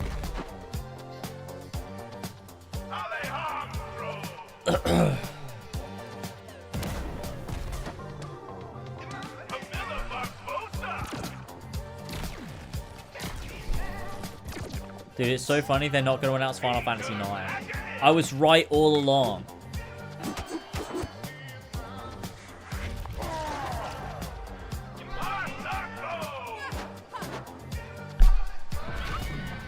Well, it could be an X. No, it won't be an Xbox. Xbox will be Persona. If there's Persona or anything Atlas, it'll be Xbox. If we're getting Final Fantasy 9, it'll be this event, and it's not happening. It's not happening.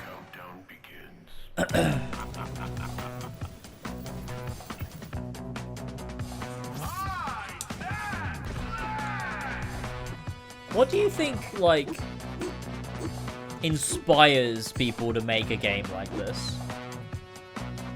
What do you think, like, inspires crafting this game? I couldn't know.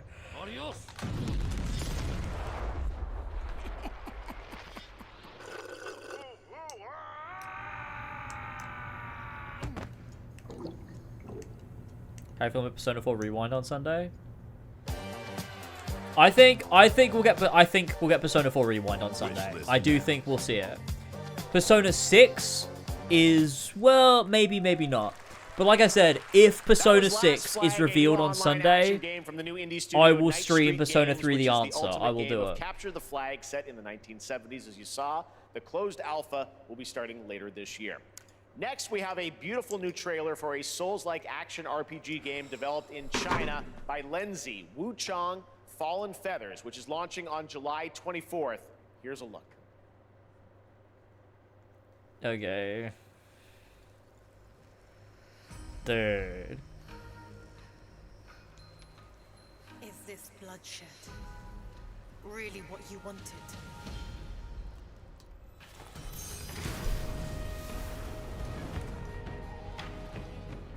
Fate is all set in stone. You can't change. Just guys, did I miss anything cool? I mean, you missed. There are definitely things that were like you maybe could have considered cool. I'd have to understand you as a person. You know what? Give me your interests and things you like, and I'll tell you if you missed anything cool.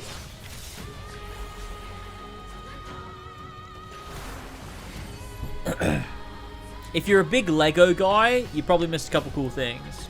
If you love a good Souls-like, you probably also. Do you like anime girls? In which case, there's so much shit for you. Wait, actually, are you a big Gooner? Because I've been measuring, like, the Gooner rating of the show. It's been quite high on the Gooner scale so far. So if you're a big Gooner, then you did miss some things you'd like.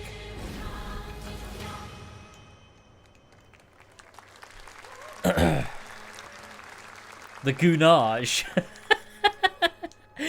The Goonage. James, would you goon to the Baron from The Witcher?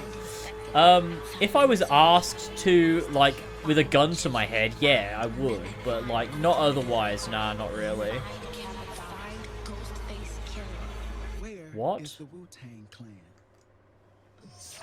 Wait, what is this? What the fuck?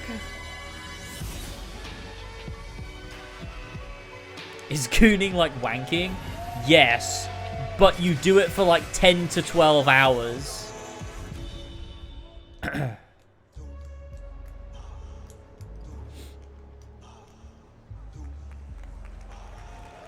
What the fuck is this? I don't understand what this is.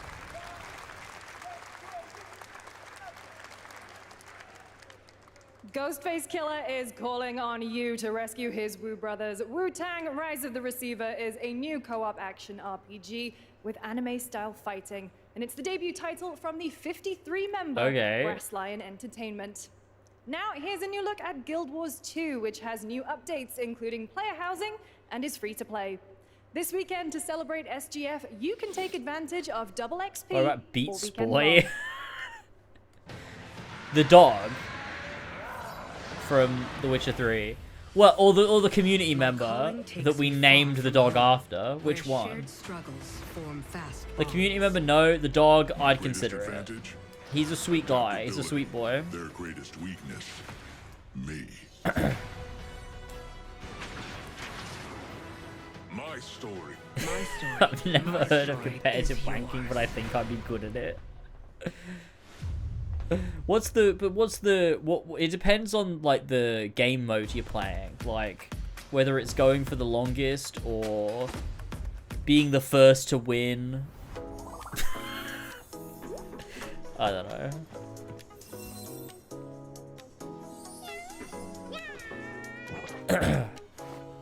Being good at both is like the true test of your skill. Oh, okay, this is a Gooner game. Nice, nice, nice. Oh, he's good. He's a Gooner. He's gooning already.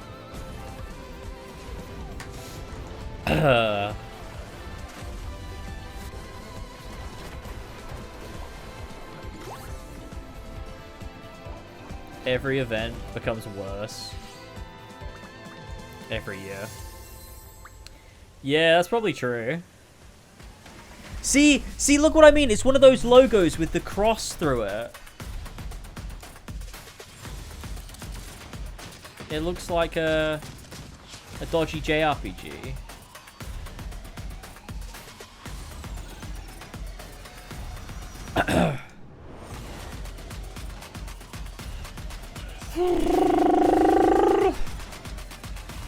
Sonic Cross Worlds is going to be peak, to be fair.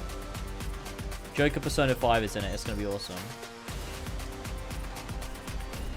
There's only 15 minutes left of the event. I don't think this was very good. State of Play was better.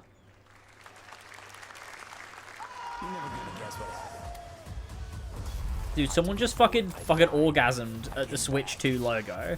Calm down, mate. Chip. Long story. Here is another game throwing back to a classic animation style. Enter a surreal world where you're a down-on-his-luck outcast who has to battle his inner demons, literally, in this action roguelike. Here's Into the Unwell. Roguelike? Okay, okay.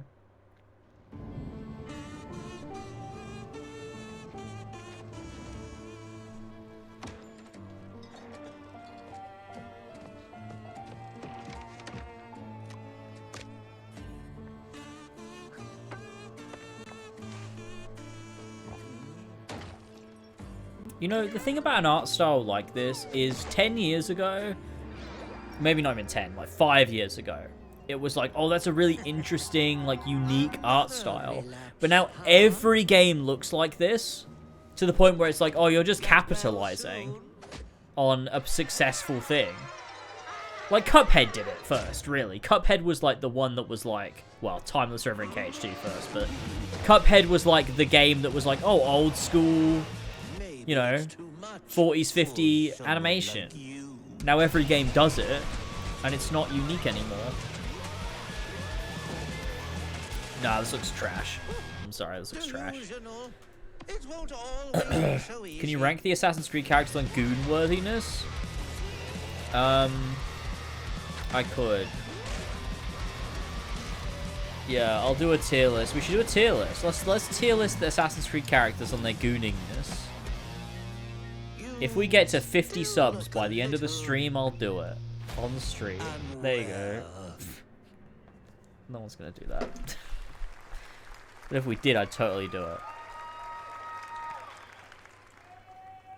Hey guys, I'm Ian Prue, the co-founder of 1047 Games. When we started Splitgate in our dorm room, we just wanted to make a game we could play with our friends. And 20 million of you played with us. Actually, I forgot Evie was a character, now, yeah. with the help from our amazing So Ubisoft, community, we've really. built Splitgate 2. Why? Because I grew up playing Halo. And I'm tired of playing the same Call of Duty every year. And I What wish does his we could hat have say? Titanfall 3. Make FPS great again. With Splitgate 2, we asked ourselves, Is that a how bad would we taste take joke? I don't portals to know. the next level? What if you could portal to entirely different worlds?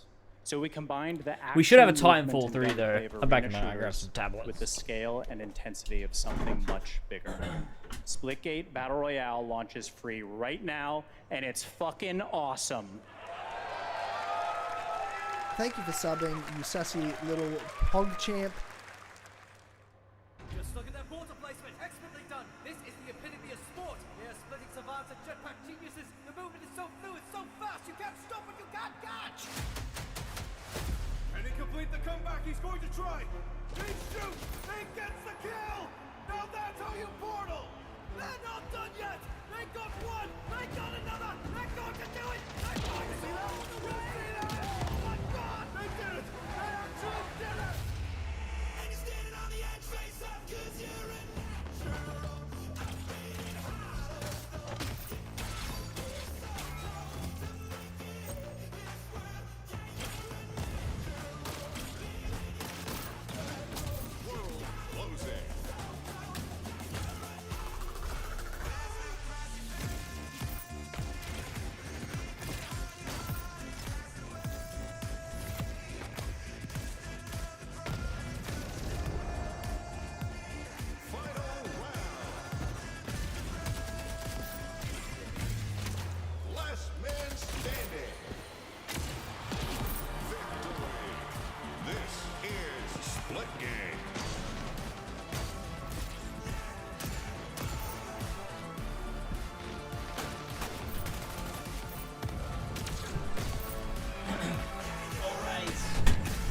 back, folks. I've taken my drugs. And you're ready to rock and also roll. Dude, I accidentally set my Doctor Who commentary, the reality war commentary, to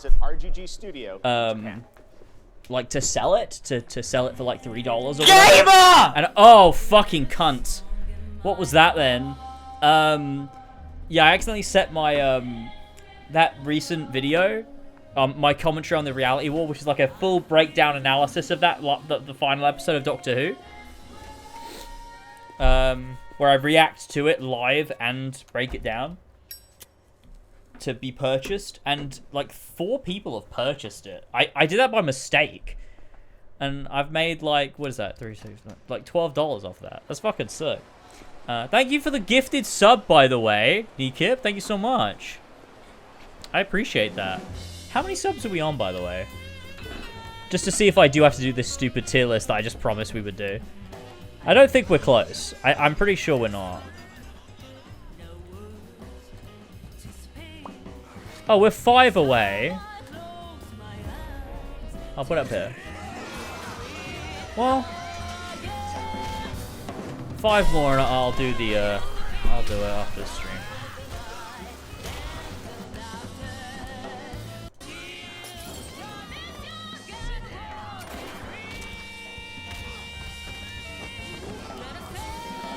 Is this Yakuza? What? It's not Yakuza, just the devs of it. Got a name? Marco. Daito. Isn't that just Yakuza though? Like every game they do is tied into the same universe, isn't it? The Lord's revenge is not true! Oh, Kingdom! Oh! Oh, what is that block? These drills? Morphing in time? Gameplay? Thanks, JM. Okay, I guess we're doing a tier list of AC protagonist goon ability after stream. After the event, should I say. Thank you for the 5 gifted. TJ last year as Project Century set in 1915, for and now the subbing, full name has been revealed. Thank you so much. We're doing this, Lago. Kuna. RGG Studio. This time it's now 1943, and knowing RGG, I'm sure It's 1943. are surely on their way. The Lord's revenge is not true! Here, but we do have Oh my god. Oh! Oh, what is that block? Wait, did I just These bait drills? 2 gifted, Morphing 5 in gifted time? subs? Gameplay! Today we've showcased a lot of projects. Thank you, all flashes, for the 5 gifted. Brand new studios, and we're proud Even of if that went to waste. This one comes I from a apologize. studio that is no stranger to delivering blockbuster games time and again. That's so loud. When I know. first got a I'm glimpse at sorry. this project I'm last sorry. summer, I was absolutely blown away by the scale, scope, and ambition. Maybe I should of turn this them down. Hold developer's on. Vision. And while there are many places, really any place, this game could have been revealed, we are so deeply honored that we get to share it with the world right here I at can't. Summer Game Fest. Sorry. We're watching the thing.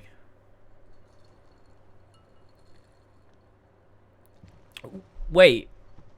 Is this gaming? Sorry, I don't know.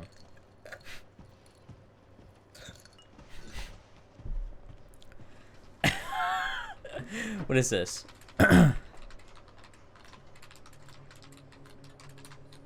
Wait, this is wait. Hang on. Hang on a minute. Come on. Wait, I'm confused.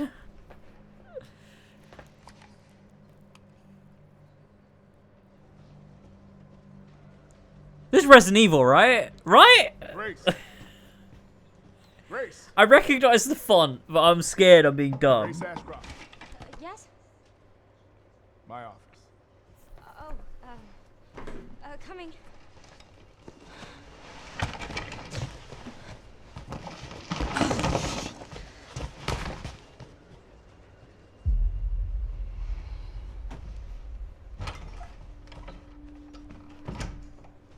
If this is about the report you asked for yesterday, it'll be ready in It is, it no, is, no, it is, 2 it days is. tops. Put a hold on that. The for art now. style is very Resident Evil. We found another body. One that exhibits She's the coming. same pathology as the others we've been investigating. Now I need a good RE9. technical analyst on this. Honestly, I would have gone crazy more for a RE5 remake. Which is crazy coming from me, but... I need your eyes on the crime scene. I'm worried this won't be good because you've got RE7, Redwood Hotel, which was great, RE8, which was like, and so it's like RE9. This could go in an RE6 direction, and I'm scared. Alyssa died 8 years ago. Perhaps it's time for you to face the past. Wait, what is this? Grace.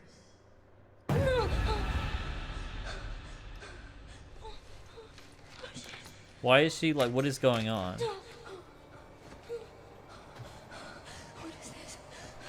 That's what I just said.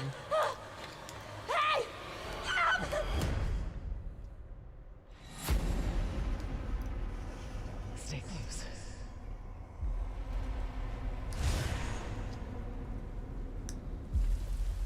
They're coming.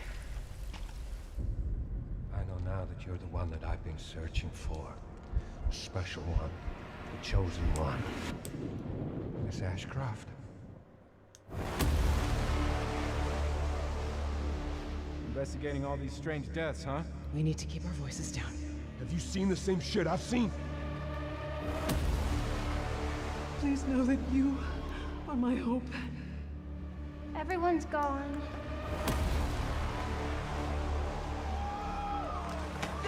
Whoa!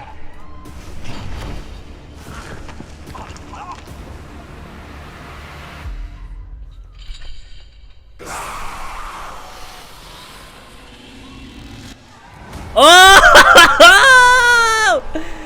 Let's go! Okay. January 27th, 2026! Let's go! Okay, that looked kind of sick. Okay, that was kind of sick. There you have it. That was good. And it will be playable to fans this August at Gamescom, where we'll also be hosting Opening Night Live on Tuesday, August 19th. Okay. Resident Evil Requiem marks a bold shift for the franchise, both in tone and gameplay, and today's reveal isn't just about survival horror. Expect high-stakes cinematic action too, with much more to share soon leading up to its launch on February 27th, I wonder, 2026. I wonder what it'll be like Amazing. gameplay-wise. Thank you, Capcom. That was an amazing announcement. Glad we kept it a surprise. All right. That's going to do it for our live Summer Game Fest show. Let's thank our co-host, Lucy Damn, James. no Final Fantasy 9. I was fucking right. I was fucking right. No Final Fantasy 9. Suck it. Fucking suck it. Oh, I can't believe it. You kept that so secret. Very top secret. All good. All right. Well, there's much more Summer Game Fest to come. Make sure to visit summergamefest.com to see a listing of all the digital events this weekend you can watch, and to highlight even more games, including the Xbox Games Showcase on Sunday. And stay tuned online to see coverage of many of the playable games at Summer Game Fest Playdays. Yeah, that event taking place sucked, this yeah. weekend in LA. And make sure to stay tuned for Day of the Devs, which is coming up Final next, Fantasy with 9 additional will new not be at reveals from Xbox. It will incredible not be at independent Xbox. studios around the world, Persona, and though, deeper I looks reckon at some Persona of will the be. independent games we showcased today. Thanks so much, everyone. Awesome. And Yeah, that thanks to sucked. you, Lucy. State of Great Play. job co-hosting. State All of Play right. was way That's better. going to do it for Summer Game Fest. We will see you at Gamescom on August 19th. Thanks, everybody. These events are way more about mass marketability, and I just think it ends up like they end up showing garbage games. They end up showing just like the worst of the worst fucking trash, and that sucks. Whereas State of Play, I think, showed a really nice, diverse range of loads of different types of games from different genres, from sort of different, different parts of the gaming industry. I really liked State of Play. I thought State of Play had a lot of good shit. I didn't love this. I think it leans in favor of slop more than anything else, and I didn't love that about it. So that's a shame. Hold on, sorry. We'll do this tier list, by the way. I'm gonna do a Guna tier list for Assassin's Creed Protagonist. I'm gonna put these bottles on the ground. They're in the way of my screen. Okay, hold your horses, folks. I'm gonna switch ads back on, by the way. Because I'm a gamer. What have I said to you? 3 minutes? Yeah, it's just get up to 55%. Yeah. All right, cool. We'll do this. Let's just have a little think though. Yeah, event wasn't great. I don't know. No one cares about RE9? Yeah, they do, buddy. I'm gonna fucking beat you up. Wait, shit. I forget every time I say that, even as a joke. It's stupid. I won't. I'll beat you in a war of attrition using words. Final Fantasy 9 Remake isn't real. I think... Do you know what I think is happening with Final Fantasy 9 Remake? Is that it was something... not rumored, but something that was like... Not speculated. Something that was thought about to exist. And... was in production. But the reaction to 7 Remake, I think, probably altered their course. And I think they've changed what they're planning to do with 9 Remake. For the worse, let's be clear, for the worse. I don't think Final Fantasy 9 is going to be what we thought it was going to be. I think originally Final Fantasy 9 was going to be... Wait, hold on. I'm just going to change the music to be a bit lower. There you go. I think originally Final Fantasy 9 was going to be a slightly lesser game. And I think the success of 7 Remake has changed it, and I think they're going to go in a different direction with it. I think that's why we've not seen it yet. I think that's why. I think because they want to go more in a 7 Remake direction. More of an overhaul. More of a change. More of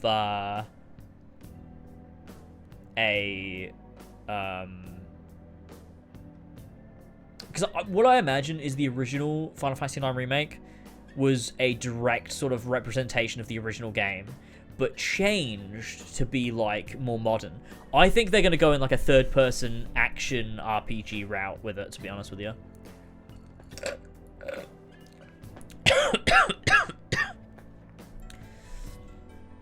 Wizards tell us, oh wait, wasted 20 quid on. We're doing the tier list. Yeah, wait, did you not know what it was? You just donated anyway? You didn't even know what it was? Wait, I'm confused. But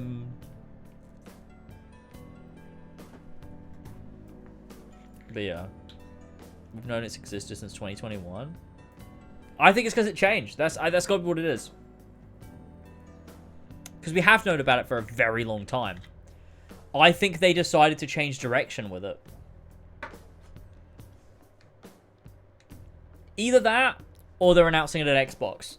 Which, also, let's be real, would make sense. It could happen, because... Square Enix are trying to be more multi-console, like, focused. Like, they revealed everything through Sony for Final Fantasy VII. And then they're trying to be more third-party and release on a bunch of different consoles without the Sony thing. So I think it could be revealed at Xbox. I don't think it will. But I think it could. There's like a chance that it could, because like you said, we will see Final Fantasy 16 and 7 Remake will both be on Xbox at the Xbox event. I think that's a given. Regardless of, like, I don't know if there's been any leaks, but I think that's to be assumed regardless. But you could also see, because if they do, Square Enix go, right, here's 16, here's 7 Remake, they could be there, right, here you go, here's an actual game, Final Fantasy 9 Remake, coming to Xbox, other consoles too, but also coming to Xbox. Here you go, this is yours, Xbox, and it would make Xbox players feel valued, because they're not just getting fucking sloppy seconds of 7 Remake and 16. They're getting their own game, which is not their own game. It's coming to all consoles, but it's announced at an Xbox event. They're like, we value you. Maybe that will be a marketing tactic. I don't necessarily, like, I'm not all in on that, but it's, like, I think we could see it on Sunday. I don't think we will, but we could. I think we're way more likely to see Persona 4 Remake. And maybe Persona 6, but probably not Persona 6. But like I said, if Persona 6 is revealed, I'll I'll stream the Persona 3 DLC. It'll be good. I joined late and heard there was a tier list happening, so I gave James my money. That's funny. We'll do the tier list. We'll do it in a sec. I can also see Square Enix just announcing themselves through a state of play. Sony would want to get as much of the market for Final Fantasy IX as can. Yeah, but I think the thing is, right, like, the one thing we know about Square is that they lost a lot of money by marketing Final Fantasy 16 through PlayStation. And one of their big things in this era they exist in now is there've been like a very big push for third party, a very big push for no exclusivity. They want to go with Xbox, they want to market for PC, like they don't just want to be with one particular thing. And PlayStation fans are already in on Final Fantasy because that's Final Fantasy's been PlayStation for as long as time itself. So to me, I think with a new maybe not Final Fantasy 17, but their next big thing, which is probably 9 Remake, not 7 Remake Part 3, maybe that would be the place. They're like, let's reveal this at Xbox. Let's do that. Let's reveal it at Xbox this time, so that these people know we're on all platforms, not just PlayStation. There's something for Xbox. Maybe it'll give us a big influx of new buyers or something. I don't know, but we'll see. Potentially. Yeah, but that's what I mean when I say marketing. I'm drunk. I've drank 2 Henry Westons. I'm, you know, pretty much on the cusp. But like, what I mean is, yeah, it's the exclusivity, and the exclusivity also comes through the marketing, whether it's exclusive or not. If they market Final Fantasy IX, a multi-console game, through PlayStation, I think it would make more sense to market it through Xbox. It's the same thing Atlus did, because Atlus, when you look back Persona 5, it was okay, drunk. Okay, I'm not like full on drunk. I'm just, you know, slightly intoxicated, but also Henry Westons are like 8.5% or whatever, so like it's higher alcohol. It's fine. But like, the point I'm making is, I think it would make more sense, the same as Atlus did with Persona 3 Reload and Metaphor, that they start to market through the competitor of the console that they were the most attached to originally in the origins of the company and the games they were making. So you look at Atlus in the early days and the stuff they were doing before, it was up until Persona 5, it was very much PlayStation focused. But then they moved over and they started marketing Persona 3 Reload and Metaphor both through Xbox events, because they were like, they want Xbox fans to know they're now multi-platform. And I think potentially you could see Square Enix going in the same way, but we won't know until the Xbox event. So we'll wait and see. But yeah, Henry Westons are dangerous. Yeah, they can be. That's for sure. Especially for a man of my stature. Like I said, I used to do 2 or 3 during Final Fantasy 14 Fridays, and I'd be feeling it a lot by the end of it. It makes sense to market it through a different event for sure, but also Square Enix have a track history of playing with Sony. Look at Tactics. No, I agree, but that's the thing. So did Atlus. Atlus have a history of being with Sony, and then they broke it because they were trying to market for the other platform when they moved over. Because Persona 5 was a PlayStation exclusive. I think Persona 4 was too, right? And Persona 3? Like, Persona wasn't multi-platform until Royal came out, right? I need Flash here for this. But if I'm just thinking about the same thing, and also if they're thinking of like, oh, that's like a major competitor of ours in a way, or at least not a major competitor, but someone they look to as like an analog to the Final Fantasies, is like the Metaphor games, like Persona Metaphor, like the Atlus games are this analog to Final Fantasy in a way, or like classic Final Fantasies.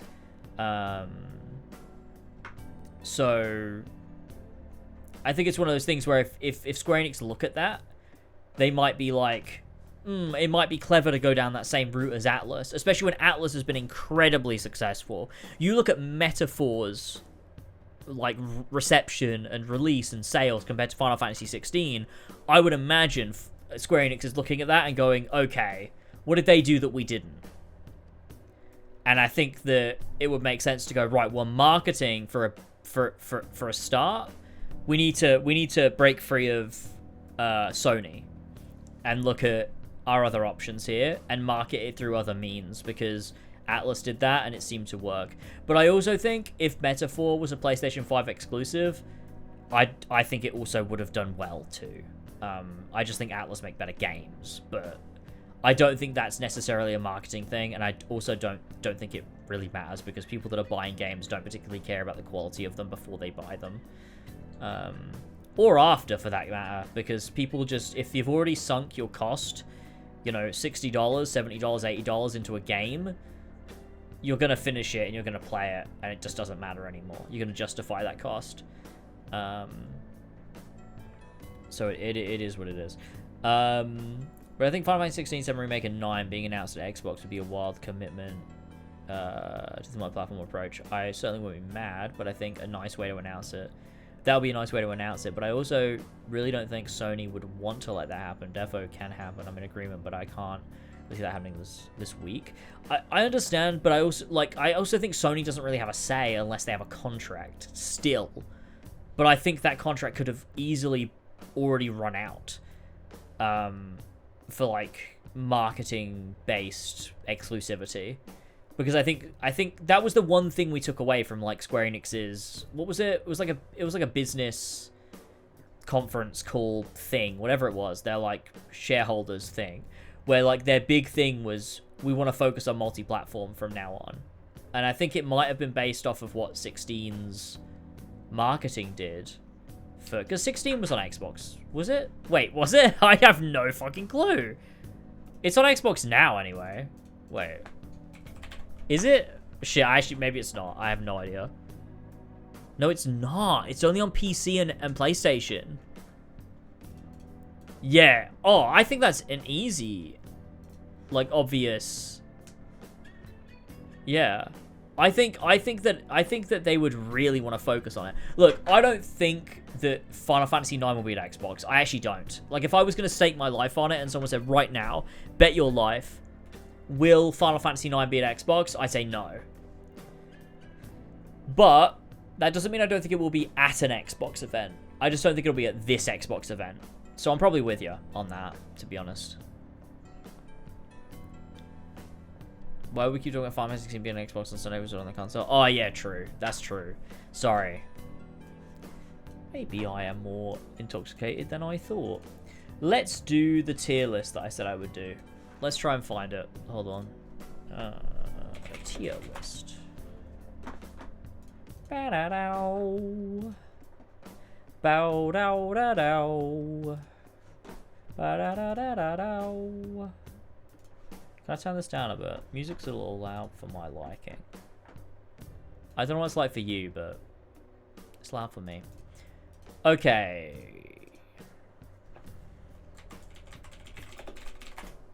How do I find a tier list of Assassin's Creed characters? Bow, bow. Bow, bow, bow.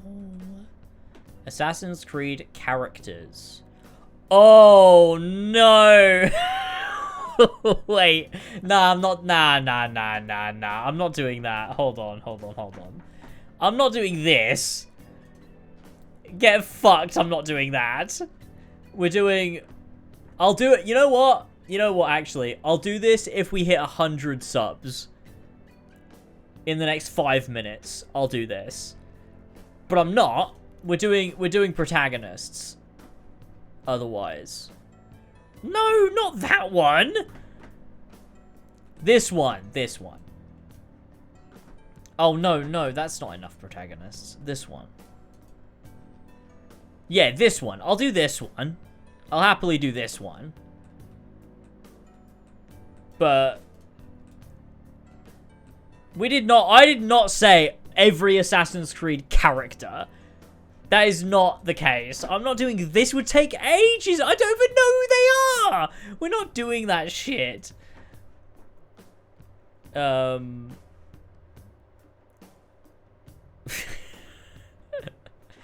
We're not doing that. If we are 100 subs, I'll do it, but I'm not. We're not going to, so I'm not going to. If I can find like one in the middle, but I don't think I can. This one?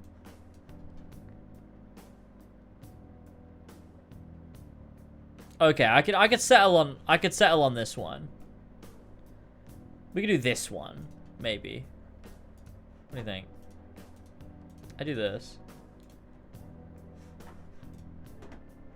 That's better than this one, right? No, wait, this one. Yeah. This is better, right? Who the hell's this? What's this character? I could do this one. that one I'll do. I'm not doing every character though. That would be silly. Yeah. Okay. We'll do this. I don't even know who they are. Sure thing. Okay, fine. Fuck you. Okay. Let's do it. We've got a woman from Persona 5 playing. Can I just turn it down a little bit? It's very loud.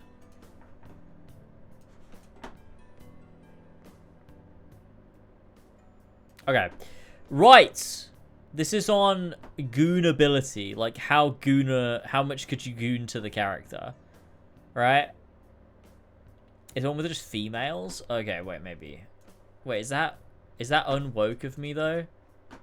What if that's unwoke of me? Well, no, we've got to do it this way.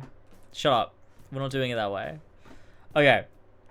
Adewale, number one. How goonable is Adewale? Now listen. He's not wearing a shirt in Freedom Cry. He's kind of got his whole, like, his pecs out there, you know. He's very, like, showing up. He's got his, like, he's not got any sleeves, his muscles. I think quite goonable. Not, like, 10 out of 10 goonable. The issue with this is, I don't have a female perspective. So, or a gay perspective either, for the record. So it's very difficult to know how goonable Adewale is as a character. But okay, Mac, let's calm down.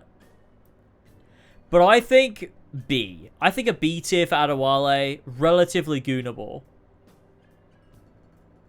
Like, yeah, good. You know what? I'm going to add more. Can we add more? Can we log in, actually? Wait. Hold on. I'm going to log into this.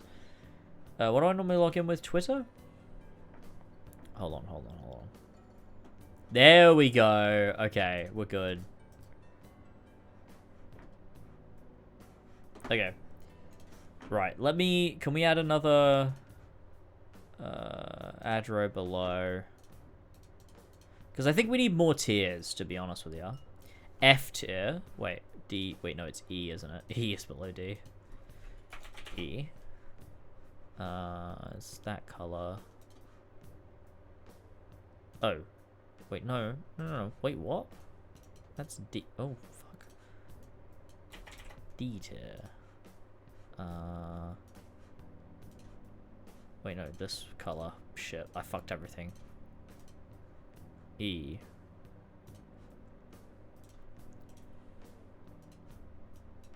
F. Oh, fuck. F. Okay, there we go. We've got a better selection, I think.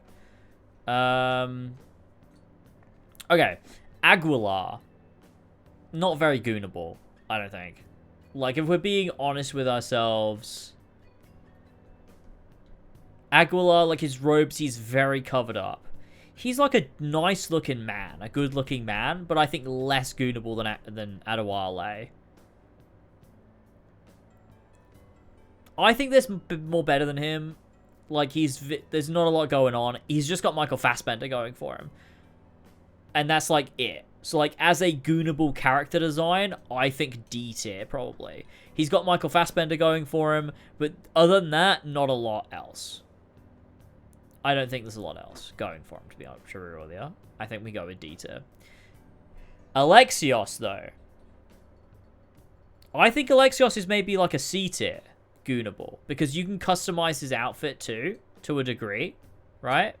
That's important.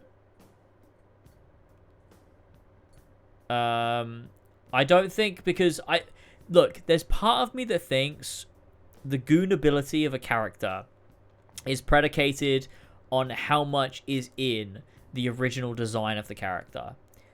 You can customize Alexios to be more goonable, but Adewale is like, his design is built to be goonable anyway. So I think I put Alexios in C.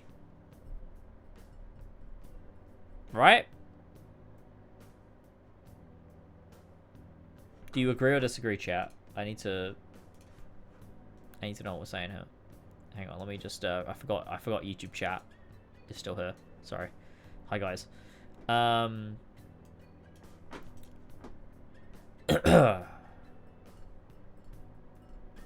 think I'm right.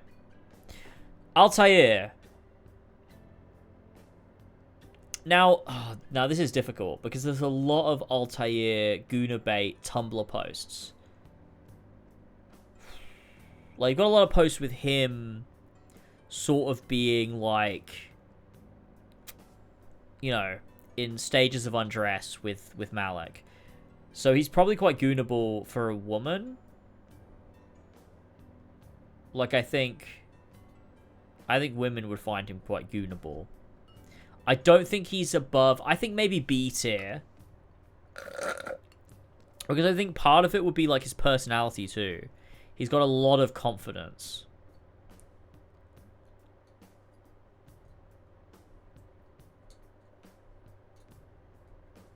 I think B tier for Altair. B tier goonability. Old Altair? F tier. There's no way anyone's gooning to old Altair. It's not happening. I'm sorry about that. It's not happening. He shows up one time in one memory for 5 minutes. He's not... Nobody's gooning to old Altair. No. Not happening. Young Altair C, old Altair B. No. He's not. No. Chat, stop it. Calm down. S tier, that voice though, AC1 voice. The voice is there, but I also think Adewale has an equally good voice. I don't see these two, like, I don't see these two beating each other out. I think they're equally to beat it to me. All right? Yeah. Arno. I think you could. I could imagine why someone would like Arno. He's very twinky, you know what I mean? So I feel like Arno, I don't know. There's an appeal. There's an appeal to Arno. Don't get me wrong. There is. But I think he's in the same boat as Aguilar. Too covered up. Like, no, like, I don't know. Maybe C tier. Maybe C. I'm not putting him in B, though. Like, Arno doesn't even have a personality that's particularly goonable. So I think I'm going to put him in D. I'm putting Arno in D. I'm sorry. I couldn't goon to Arno. Aveline. Now, the thing is with Aveline is she has 3 personas, right? She has the assassin persona, she has the lady persona, and she has the slave persona. The lady persona, maybe that in the 1700s, that might have been goonable, but in these days, I don't think so. So, I reckon I'd maybe put Aveline in C tier. Maybe B at a push, but I don't think B. I think C. I think I'm going to go with my gut and say Aveline is C tier goonable. I think. Yeah. Yeah, I gotta go. I think I gotta go with it. Aya.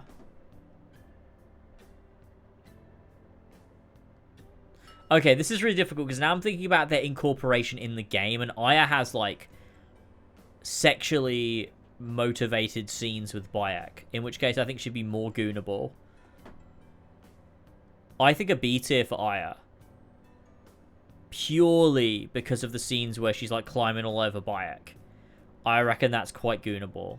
I'm going to go with B tier for Aya, I think.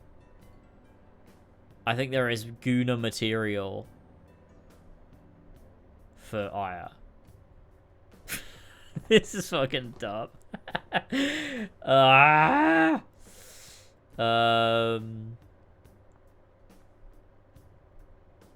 Okay. Basim. Oh, Basim. Basim, I think, is similar to Altair, where he's, like, very female gaze, you know? I thought it was old Ezio. Bro, that is Basim. Basim. He's smart. No, okay, we're thinking about Guna being a Guna. I gotta go with D tier. Sorry, that's it. I'm just thinking about what it's like to be a Guna. I think D tier. Bayek, again, I think same as Aya, he has sexually explicit scenes.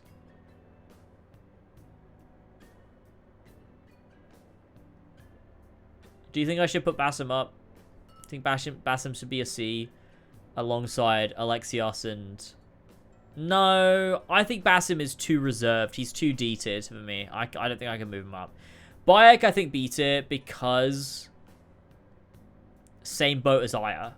Like, I think equally. Like, equally as attractive, equally as sexually explicitly represented in the game. So there you go. Connor. Okay, actually, Connor might be our first A tier. Connor gets got in 2012, 2013, 2014, got a lot of Tumblr Guna material. I think Connor is our first A tier.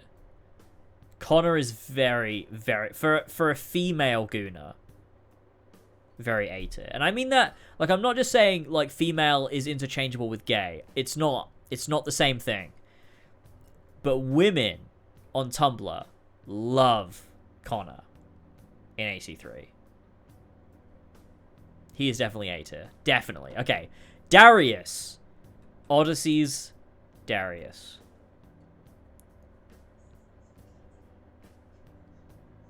I think slightly above old Altair, but I think E tier. He's still an old man. He's not super goonable. I think he is slightly... He's got more going for him than old Altair. He does a leap of faith. That's quite cool. But, like... I think E tier. For Darius here. Okay. Desmond. Desmond is not very goonable. I do not think Desmond is particularly... like, anything at all. I think I put him in the same tier as Darius, to be real with you. Desmond, I think, is an E tier. Which Desmond? Well, it's just Desmond in general. There's only one Desmond. So it's just Desmond. So he looks exactly like Altair. Yeah, but this is the Brotherhood picture also. But Desmond, I think, just as a character, I would put here. I think I genuinely put him with Darius in E tier. I do not find Desmond to be... I don't think that would work. I really don't. I gotta go pee. I've been drinking too much Henry Westerns. Alright, I'm back. You gaze upon my current tier list and the characters coming up. Have a little think. And I'll be back.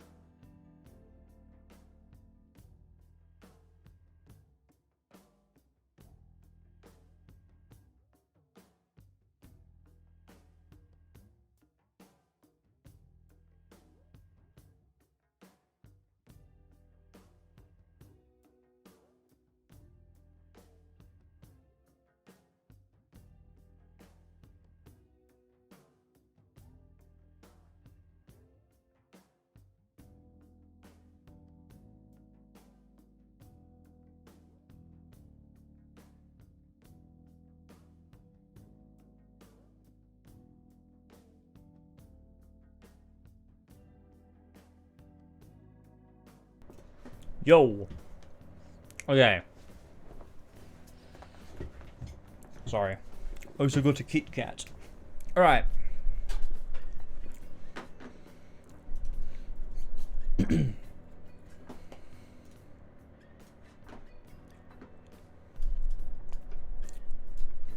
What we saying? He's going to have a goon sesh. Yeah, true. That's pretty true. Alright.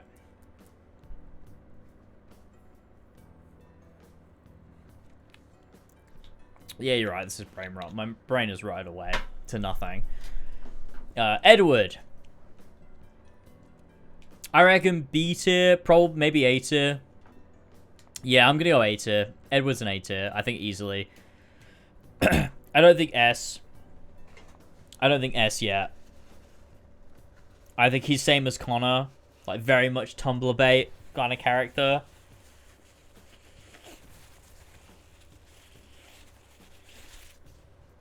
I don't know if he's at. You know what? Actually, fuck you. Yeah, he is S tier. You're right. Pirate. He's a pirate. That's S tier. Yeah, you're right. Shut the fuck up. I'm an idiot. It's obviously he's obviously S tier Guna bait.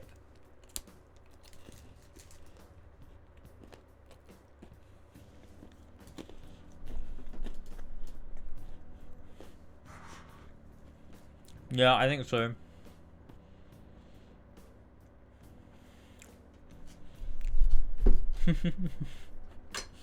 Yeah, true. Yeah, true, you're right. Okay. Eivor? It's male Eivor, though. Wait, is female Eivor on here? No. Shit, okay. It's just Eivor in general. The combination of both male and female Eivor. B. I'm going B tier for Eivor. I think that works. Both at once. Perhaps a bit of both, perhaps at the same time. Both are canon, as Darby McDevitt would say. Yeah.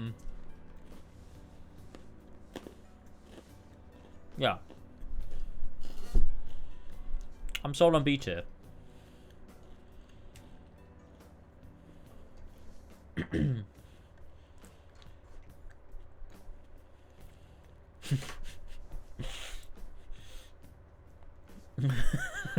The wind calls me back to Ranfi. Best give her the good goon.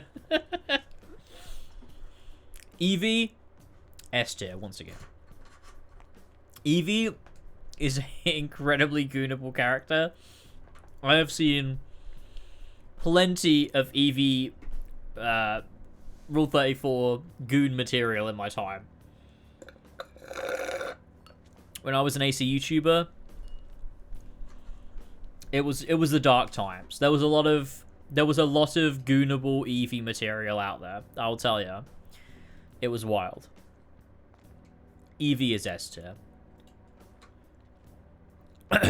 Easily. And the reason for that, the reason she is more goonable than Aya and Aveline and female Eivor is simply because she's not even trying to be goonable. That's why it works. I think for female, see, for male characters, you look at the trend here. Male characters that are the most goonable are the ones that are like obvious, like Edward, he's a fucking pirate. Adewale, he's got his fucking chest exposed. You know, you got Connor, who's just this tough fucking, you know, this tough fucking guy. Whereas Aya and Aveline are not as high up as Eevee. And I think it works differently because Eevee is like not like in no way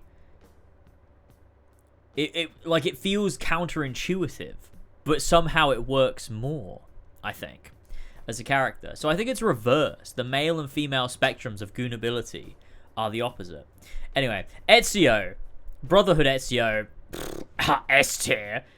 S tier goonability for Ezio. Absolutely. There is no reality where Ezio is Brotherhood Ezio is not S tier goonable. Absolutely.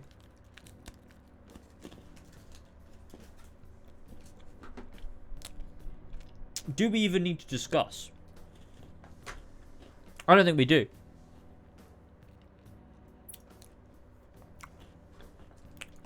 I did not play Shadows. And I don't really know anybody that did.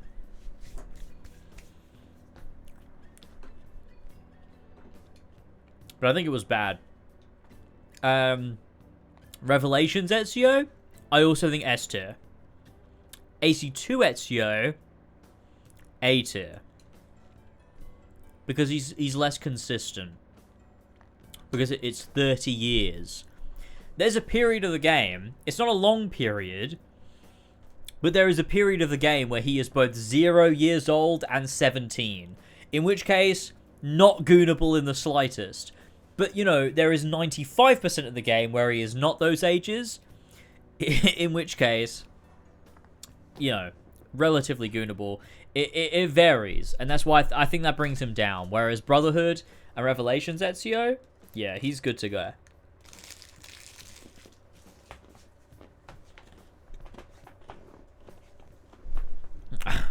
I thought you didn't see age. That's true. That is lore accurate, actually. What the fuck? It's Revelations Ezio again. What? Revelations Ezio again.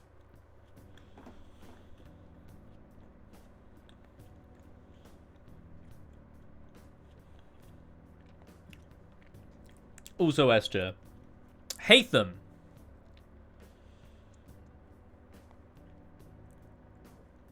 Hatham is another one of those Tumblr characters. I think I put him in A. Not quite S. But he's like... he's like A tier, I think. What are we ranking? AC robes? Yeah. Yeah. That's what we're ranking. Yeah. I think there's a correlation, actually. The robes do get worse the further down you go.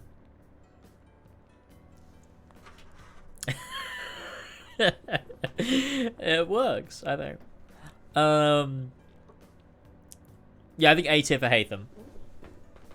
I think that works. He's got the daddy vibes going for him. But beyond that, like, he's a bit of a fascist. Hepzibah. I don't know why Hepzibah's on this list, to be honest with you.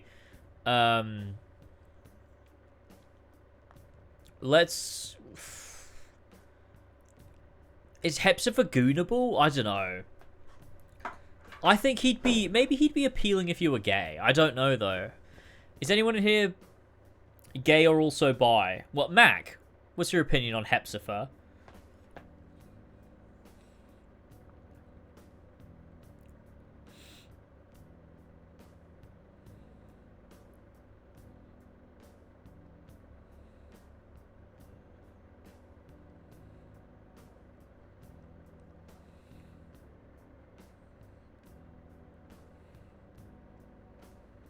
Boom, boom, boom.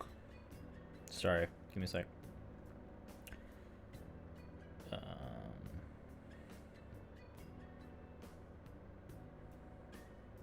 Bow, bow, bow, bow. Bow, bow, bow, bow. He's bald, not really my type. His robes are sick. He got his flaming sword. Oh yeah, true. He's got a pretty hot sword.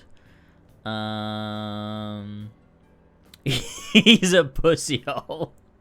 Yeah, well, maybe. Hepzibah is F tier just because he shouldn't be here. Yeah, he shouldn't be here. This is all protagonists or people you play as. Why is he here?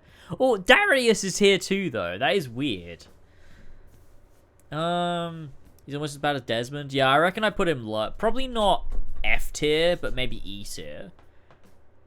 Maybe D. No, I don't think D. He doesn't have enough. He doesn't have enough presence for me to get a vibe on him.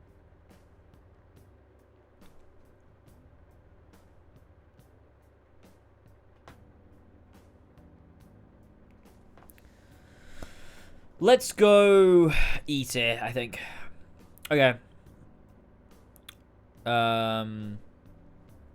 Hytham? Is that Hytham?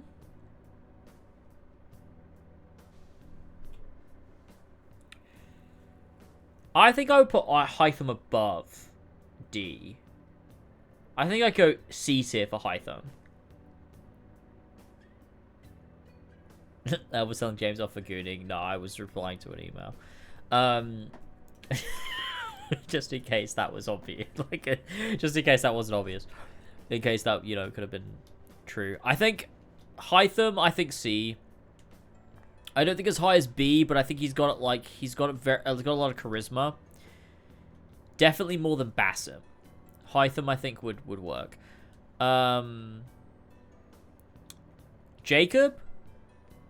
I think Jacob is, again, Tumblr bait. I think A tier. I think A tier for Jacob. Tumblr people love Jacob Fry.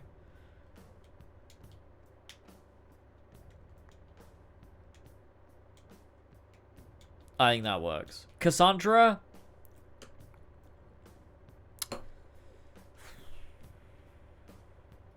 Similar to Alexios, because she's customizable to such an insane degree that there is no one Cassandra. I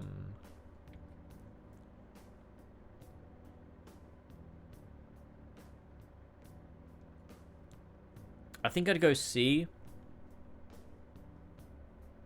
Yeah, I think I'd go C. I saw a Rule 34 pic of her and it made me more forgiving of Odyssey. That's insane. She cucks the old man, S.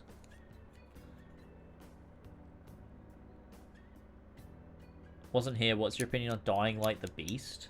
Is that what that was called? I don't know. I don't like Dying Light. I think it's not interesting to me, personally. Apologies to any Dying Light fans out there. You're okay. You're able to like it, even if I don't. It's okay. But yeah, I don't care. I'm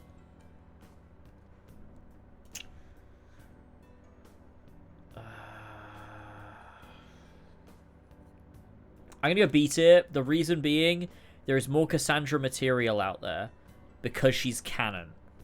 I think that puts her slightly above Alexios. So there you go.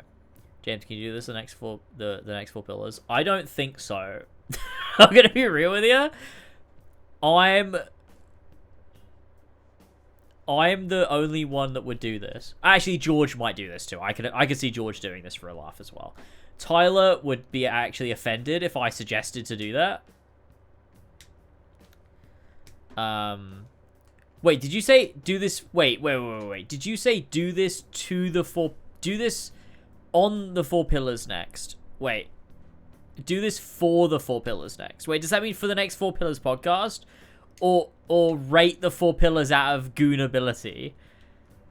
Because I'm concerned, actually.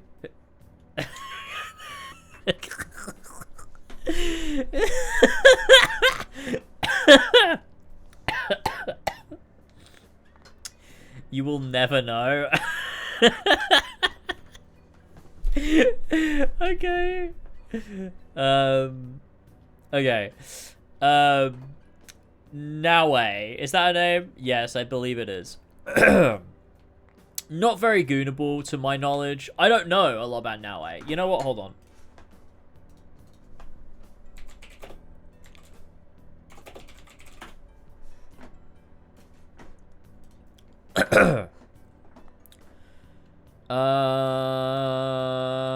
Yeah, not super goonable. Is that AI? I feel that's AI. That's definitely AI. Oh, that's fucking good. Oh, no, it's fine. It's not that good, actually. Sorry, I got baited. I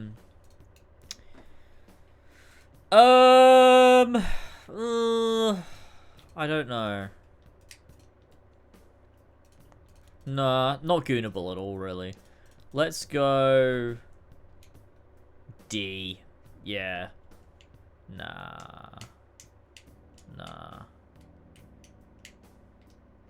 Ethan a dark horse B. I think she's D. She's not above Aveline. She's not above fucking Altair. Adam. No. Now is 17. Whoa. No. What do you mean? What are you fucking talking about? I've not played this game. What? I told you she looks underage. Whoa. She was born in 1564. Wait, when does AC Shadows take place? 1579. Ah! Wait! What the fuck do you mean? Okay, hold on. Wait, no. Hang on.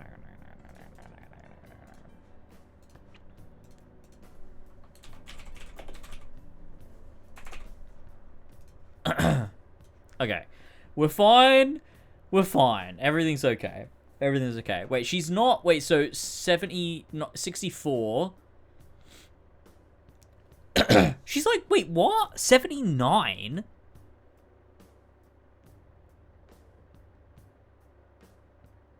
She's like 15, right?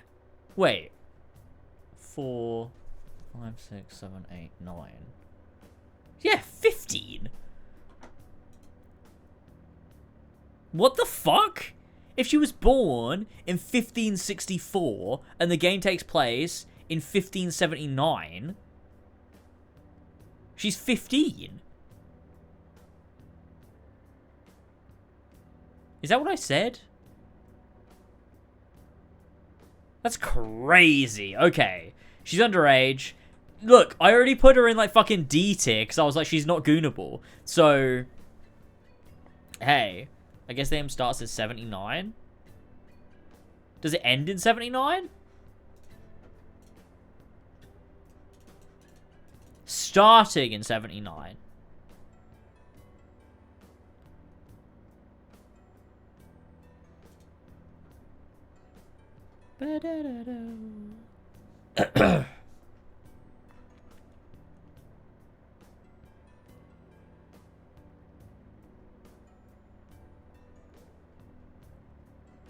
Doesn't say.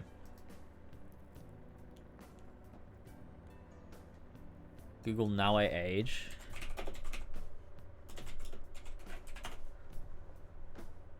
Okay, that's AI though. Now he is 18 to 20. Now he is 17 years old at the start of the game.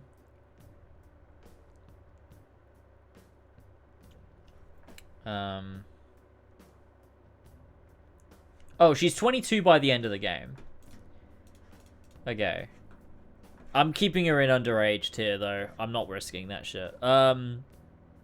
Aspasia? Is that who that is? Aspasia from AC Odyssey? I think so, right? Is it? I think so. Is it? Wait.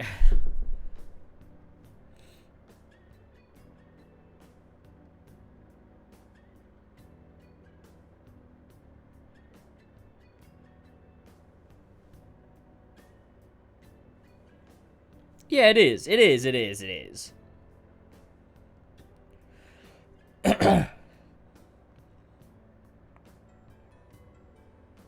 Right? It definitely isn't? Yeah, it is. It's Aspasia. The leader of the cult of Cosmos. Goon ability, honestly, I reckon decently high. She's one of those NPCs where it's like her only existence is to just be attractive romance. I think probably A tier for Aspasia. I think I'd go with that. AC Mirage mentor character. I don't know her name. Like Rogan or something. Rogan, Joe Rogan. I don't remember her name. I don't know. I think probably E tier again in this bracket. Above old Altair, but still sort of here.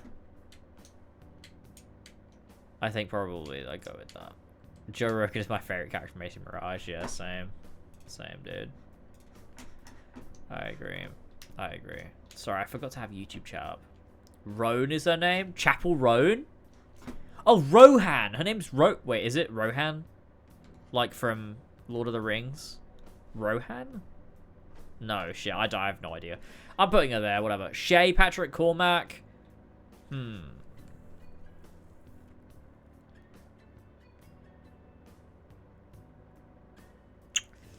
feel like he gets raised a bit higher just being Irish. D tier? I think D tier is pretty fine. Other than that, I don't think Shay gets one.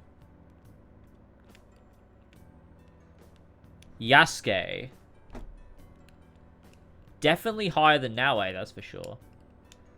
Maybe also a D tier. I don't know anything about him. It's difficult. I can't... Like, this is purely based on physical appearance, nothing else. How goonable is he? Not really goonable. I think probably D tier.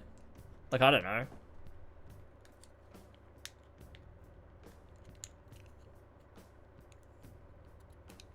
Maybe C at a push? Like, is he above these guys? Maybe.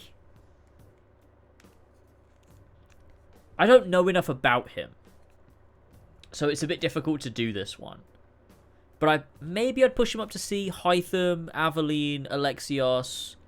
Is he better than Shay, Basim, Arnold? Yeah, you know what? He can go C tier, I think. Yeah. Alright. Xiao Yun. B. I go B for Xiao Yun. She's not super goonable, but she is, like, more goonable than other characters would be. What happened in Goon City happened in Goon Town. You made me goon to innocence. Oh, man. Where'd you put Lucy, Vidic, Armwally, Rebecca, Sean, Juno, and Bishop? Oh, Jesus Christ. I don't know. I'm going to bed. Yeah, fair enough. Have a good one. See you later, man. It was good to have a little chat, even if it's just through chat.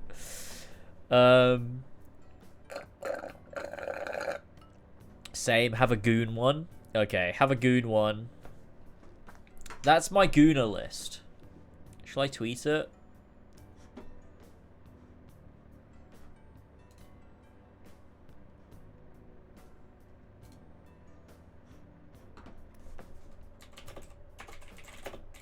Wait, I do have a tier list.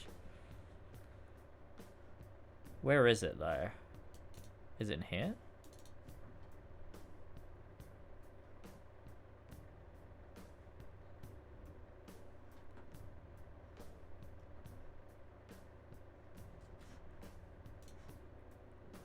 I don't know where my tier lists are. Oh, wait. No, actually, I do.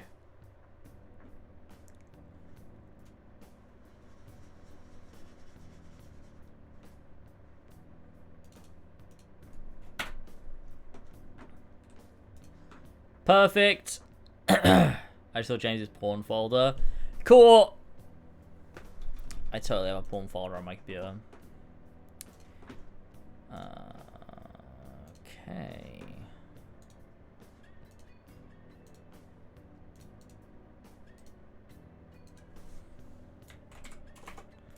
Official tier list of AC characters based what the fuck is going on? Based on how goonable they are. Official tier list of AC characters based on how goonable they are. Wait, I should probably put a hyphen. Goonable they are. Okay, I'm gonna ask you all to retweet this so that I don't look like a fool.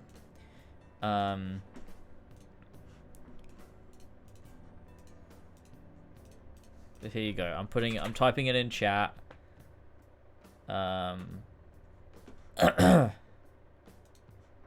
Give that a retweet, please, because I don't want to be taken for but a fool.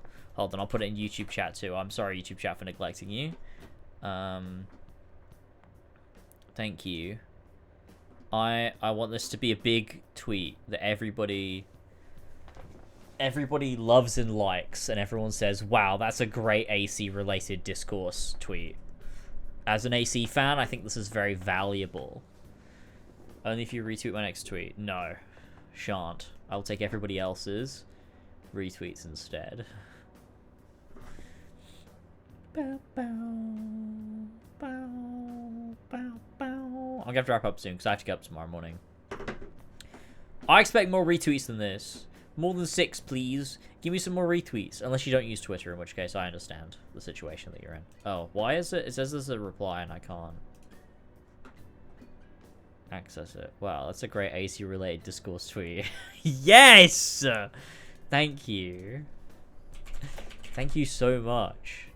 It totally is a great AC-related discourse tweet. You're fucking right. Awesome. This is great. We're in a great situation. Oh, that's you. Yeah, I muted you when I followed you. Because everybody who I follow, after they ask me to follow them, I mute them. Because I don't actually want to follow you.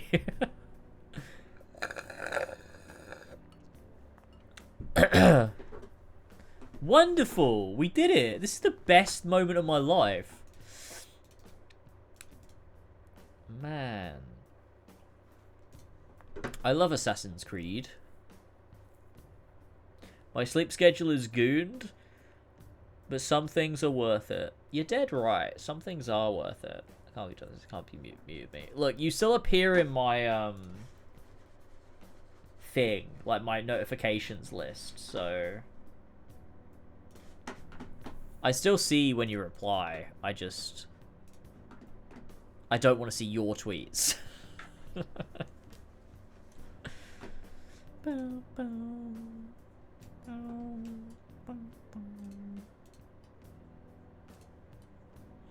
This is great. I'm so happy to have all of these retweets and posts about my wonderful discourse. This is great. I'm such a good gamer.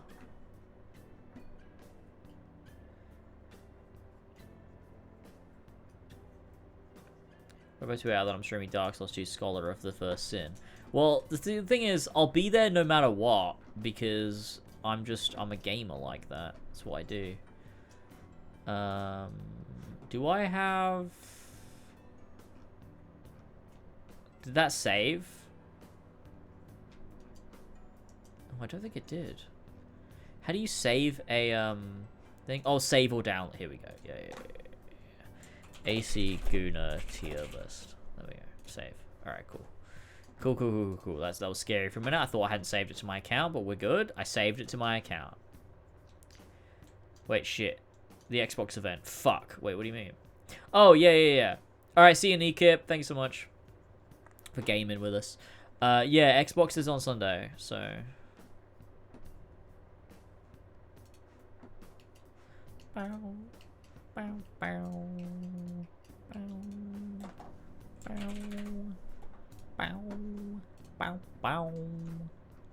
Honestly, the best thing about having my Twitter notifications set to just people I follow is that I never see anyone talking shit. It's great. I never see any nonsense. I never see anything. It's amazing. It's my favorite thing on Twitter. Okay, I'm gonna close off all of these tabs now. This was great. This was a good stream, folks. Thank you so much for hanging out with me for a decent period. This was good. I enjoyed this. Stream tomorrow, Mac. I probably won't be there, but do that anyway, because maybe I'll be there. It depends. Assassin's Creed, what if Connor became a Gooner? I think Connor was already a Gooner, let's be real with ourselves. Connor was very Gooner, I think. Yeah, tomorrow I've got to get some more fucking painting done, some more bullshit, so I got some more shit going on. Oh man, I can't wait till it's all done. Oh, it's gonna be good to just have like time to just not do fucking anything. It's gonna be sick, man. I feel like I've not spent a weekend doing nothing for ages, or like just going out and doing something fun. Like I don't do anything, man. I'm spending all my time fucking painting and building shit, and I just want to fucking kill myself. Sucks, man. I need it to be over. But there you go. But there you go. I will hopefully get a decent bit done tomorrow, and then I'll be moving into the new office next week. So there you go. James is the paintress. Yeah, that's true. I am the paintress. Did you ever do a Valhalla critique? No, I did not. Planned one. Played the whole game, but I never did it. Where's my... Hang on, let me find it. I think I've looked at this on stream before. It's probably a couple years ago, though. Hold your horses. Let me find my 3,000 patrons and we'll get it. Well, actually, it's only 2,000. But, yeah. You're right. Hang on. Wait. Where is it?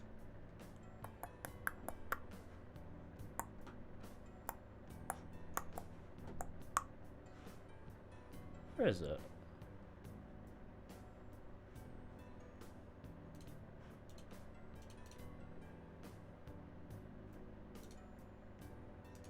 Oh, it's this.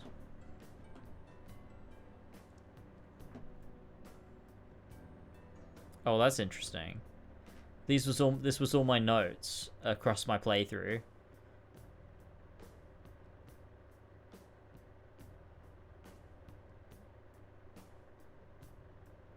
Yeah, this is all my notes. I'm gonna use chicken nuggets for this analogy, but bear with me. Imagine you love chicken nuggets. You go to McChicken Nugget House fast food restaurant because they sell chicken nuggets. You come in and say, hey, I like chicken nuggets. And McChicken Nugget House says, oh really? We make those. See them here? You can see them cooking. Yeah, I can. That's wonderful. Here's some money for some chicken nuggets. Then you get the food and it's fries. Okay, fries are fine, but I asked for chicken nuggets. The counter responds, but you already saw them cooking. Yeah, I did, but I'd like to eat them, please. No. We are literally called Chicken Nugget House. I came here 14 years ago and had so many chicken nuggets. So many, I got fat on nuggets. Yeah, well, the nuggets got stale, so you're having fries. But I can see the nuggets. Yeah, they're just for show. I get what I was doing with this intro, but that's funny. We can't get rid of them entirely, but I can't eat them. Don't be silly, chicken nuggets are stale and bad and boring and old news, especially in the Nugget House. In the Nugget House, you get fries and the pleasure of looking at the nuggets over the counter. Now, please pay us an extra £15.99 for a window seat of the nuggets. That's kind of funny. I don't think I would have that as the intro now, but, like, that is quite funny. Oh, man. Yeah, I was going to open with clips of the Luma interview with Patrice. And then I was going to do Assassin's Creed Isn't Made For Me Anymore intro. Oh, this is bringing it all back. This was a long time ago. This was, what, 4 years ago? This is my Viking game that's well placed in the Assassin's Creed universe. 10 Commandments. Yeah, I was going to do the 10 Commandments about how it does that. And then, however, yeah, abiding by what AC should, however, AC, yeah. Yeah. God, I used to be able to come up with such interesting ideas. I should just lean into this stuff more. I used to... Yeah. I was watching my, Saints Row video the other day. It's really good. I really like my Saints Row video. And I just think I need to make more videos that are, like, inspired and interesting and different. I feel like I try to chase structure too much. I need to, like, figure my shit out and do something a bit different. I think that'd be cool. Wordle? Oh, yeah, I'll do that later. I'm not doing that on stream. I want to lock in. Would you ever do an Origins retrospective? Yeah, I would. I'll probably do that one day. Like I said at the end of my AC2 video, I'll probably eventually do a retrospective, like, breakdown analysis of every Assassin's Creed game and what I think of it. But I don't know which order I'm going to do them, and honestly, I think I'm so close to hitting 1,000 patrons that AC3 will probably be my next one. And then maybe Origins after that, and then maybe Unity. Rogue would also be one that would be interesting to actually break down. Syndicate. What else? Oh, then it would be like remaking Revelations and Brotherhood. Then Odyssey, I guess. And then Valhalla would maybe be the final one. And I'm never going to do Mirage or Shadows. Unless it was for charity. If there was like a charity goal that was like, oh, if you hit this amount raised for charity, then make a video on Mirage. Then maybe I would. But yeah. It's outside of my, like, the context of it existing. So it's like, doesn't mean anything to me, really. My next video? I don't know. I'm working on a bunch of things at once. I'm hoping to release a video in the next, like, couple weeks. But, I'm working on a few things at once. We'll see. I have, like, a little side project that I'm kind of working on just for a bit of fun. And I'll put that out. I'm not expecting it to, like, go crazy or do very well or anyone to give a shit. But it's just a bit of fun. I think it'll be good. I think it's good. Like, I think the thing is, even if a video isn't huge and isn't, like, this crazy, like, world-changing project or anything, I put as much effort into it as anything else, so I think it's like still just as valuable and it would be just as fun, so that would be cool. But then open worlds video, KCD script is on the horizon. I've been writing a Cars 3 script for like a year now that I would like to finish. Ghost of Tsushima retrospective as well I'd like to do. I think that'd be cool. And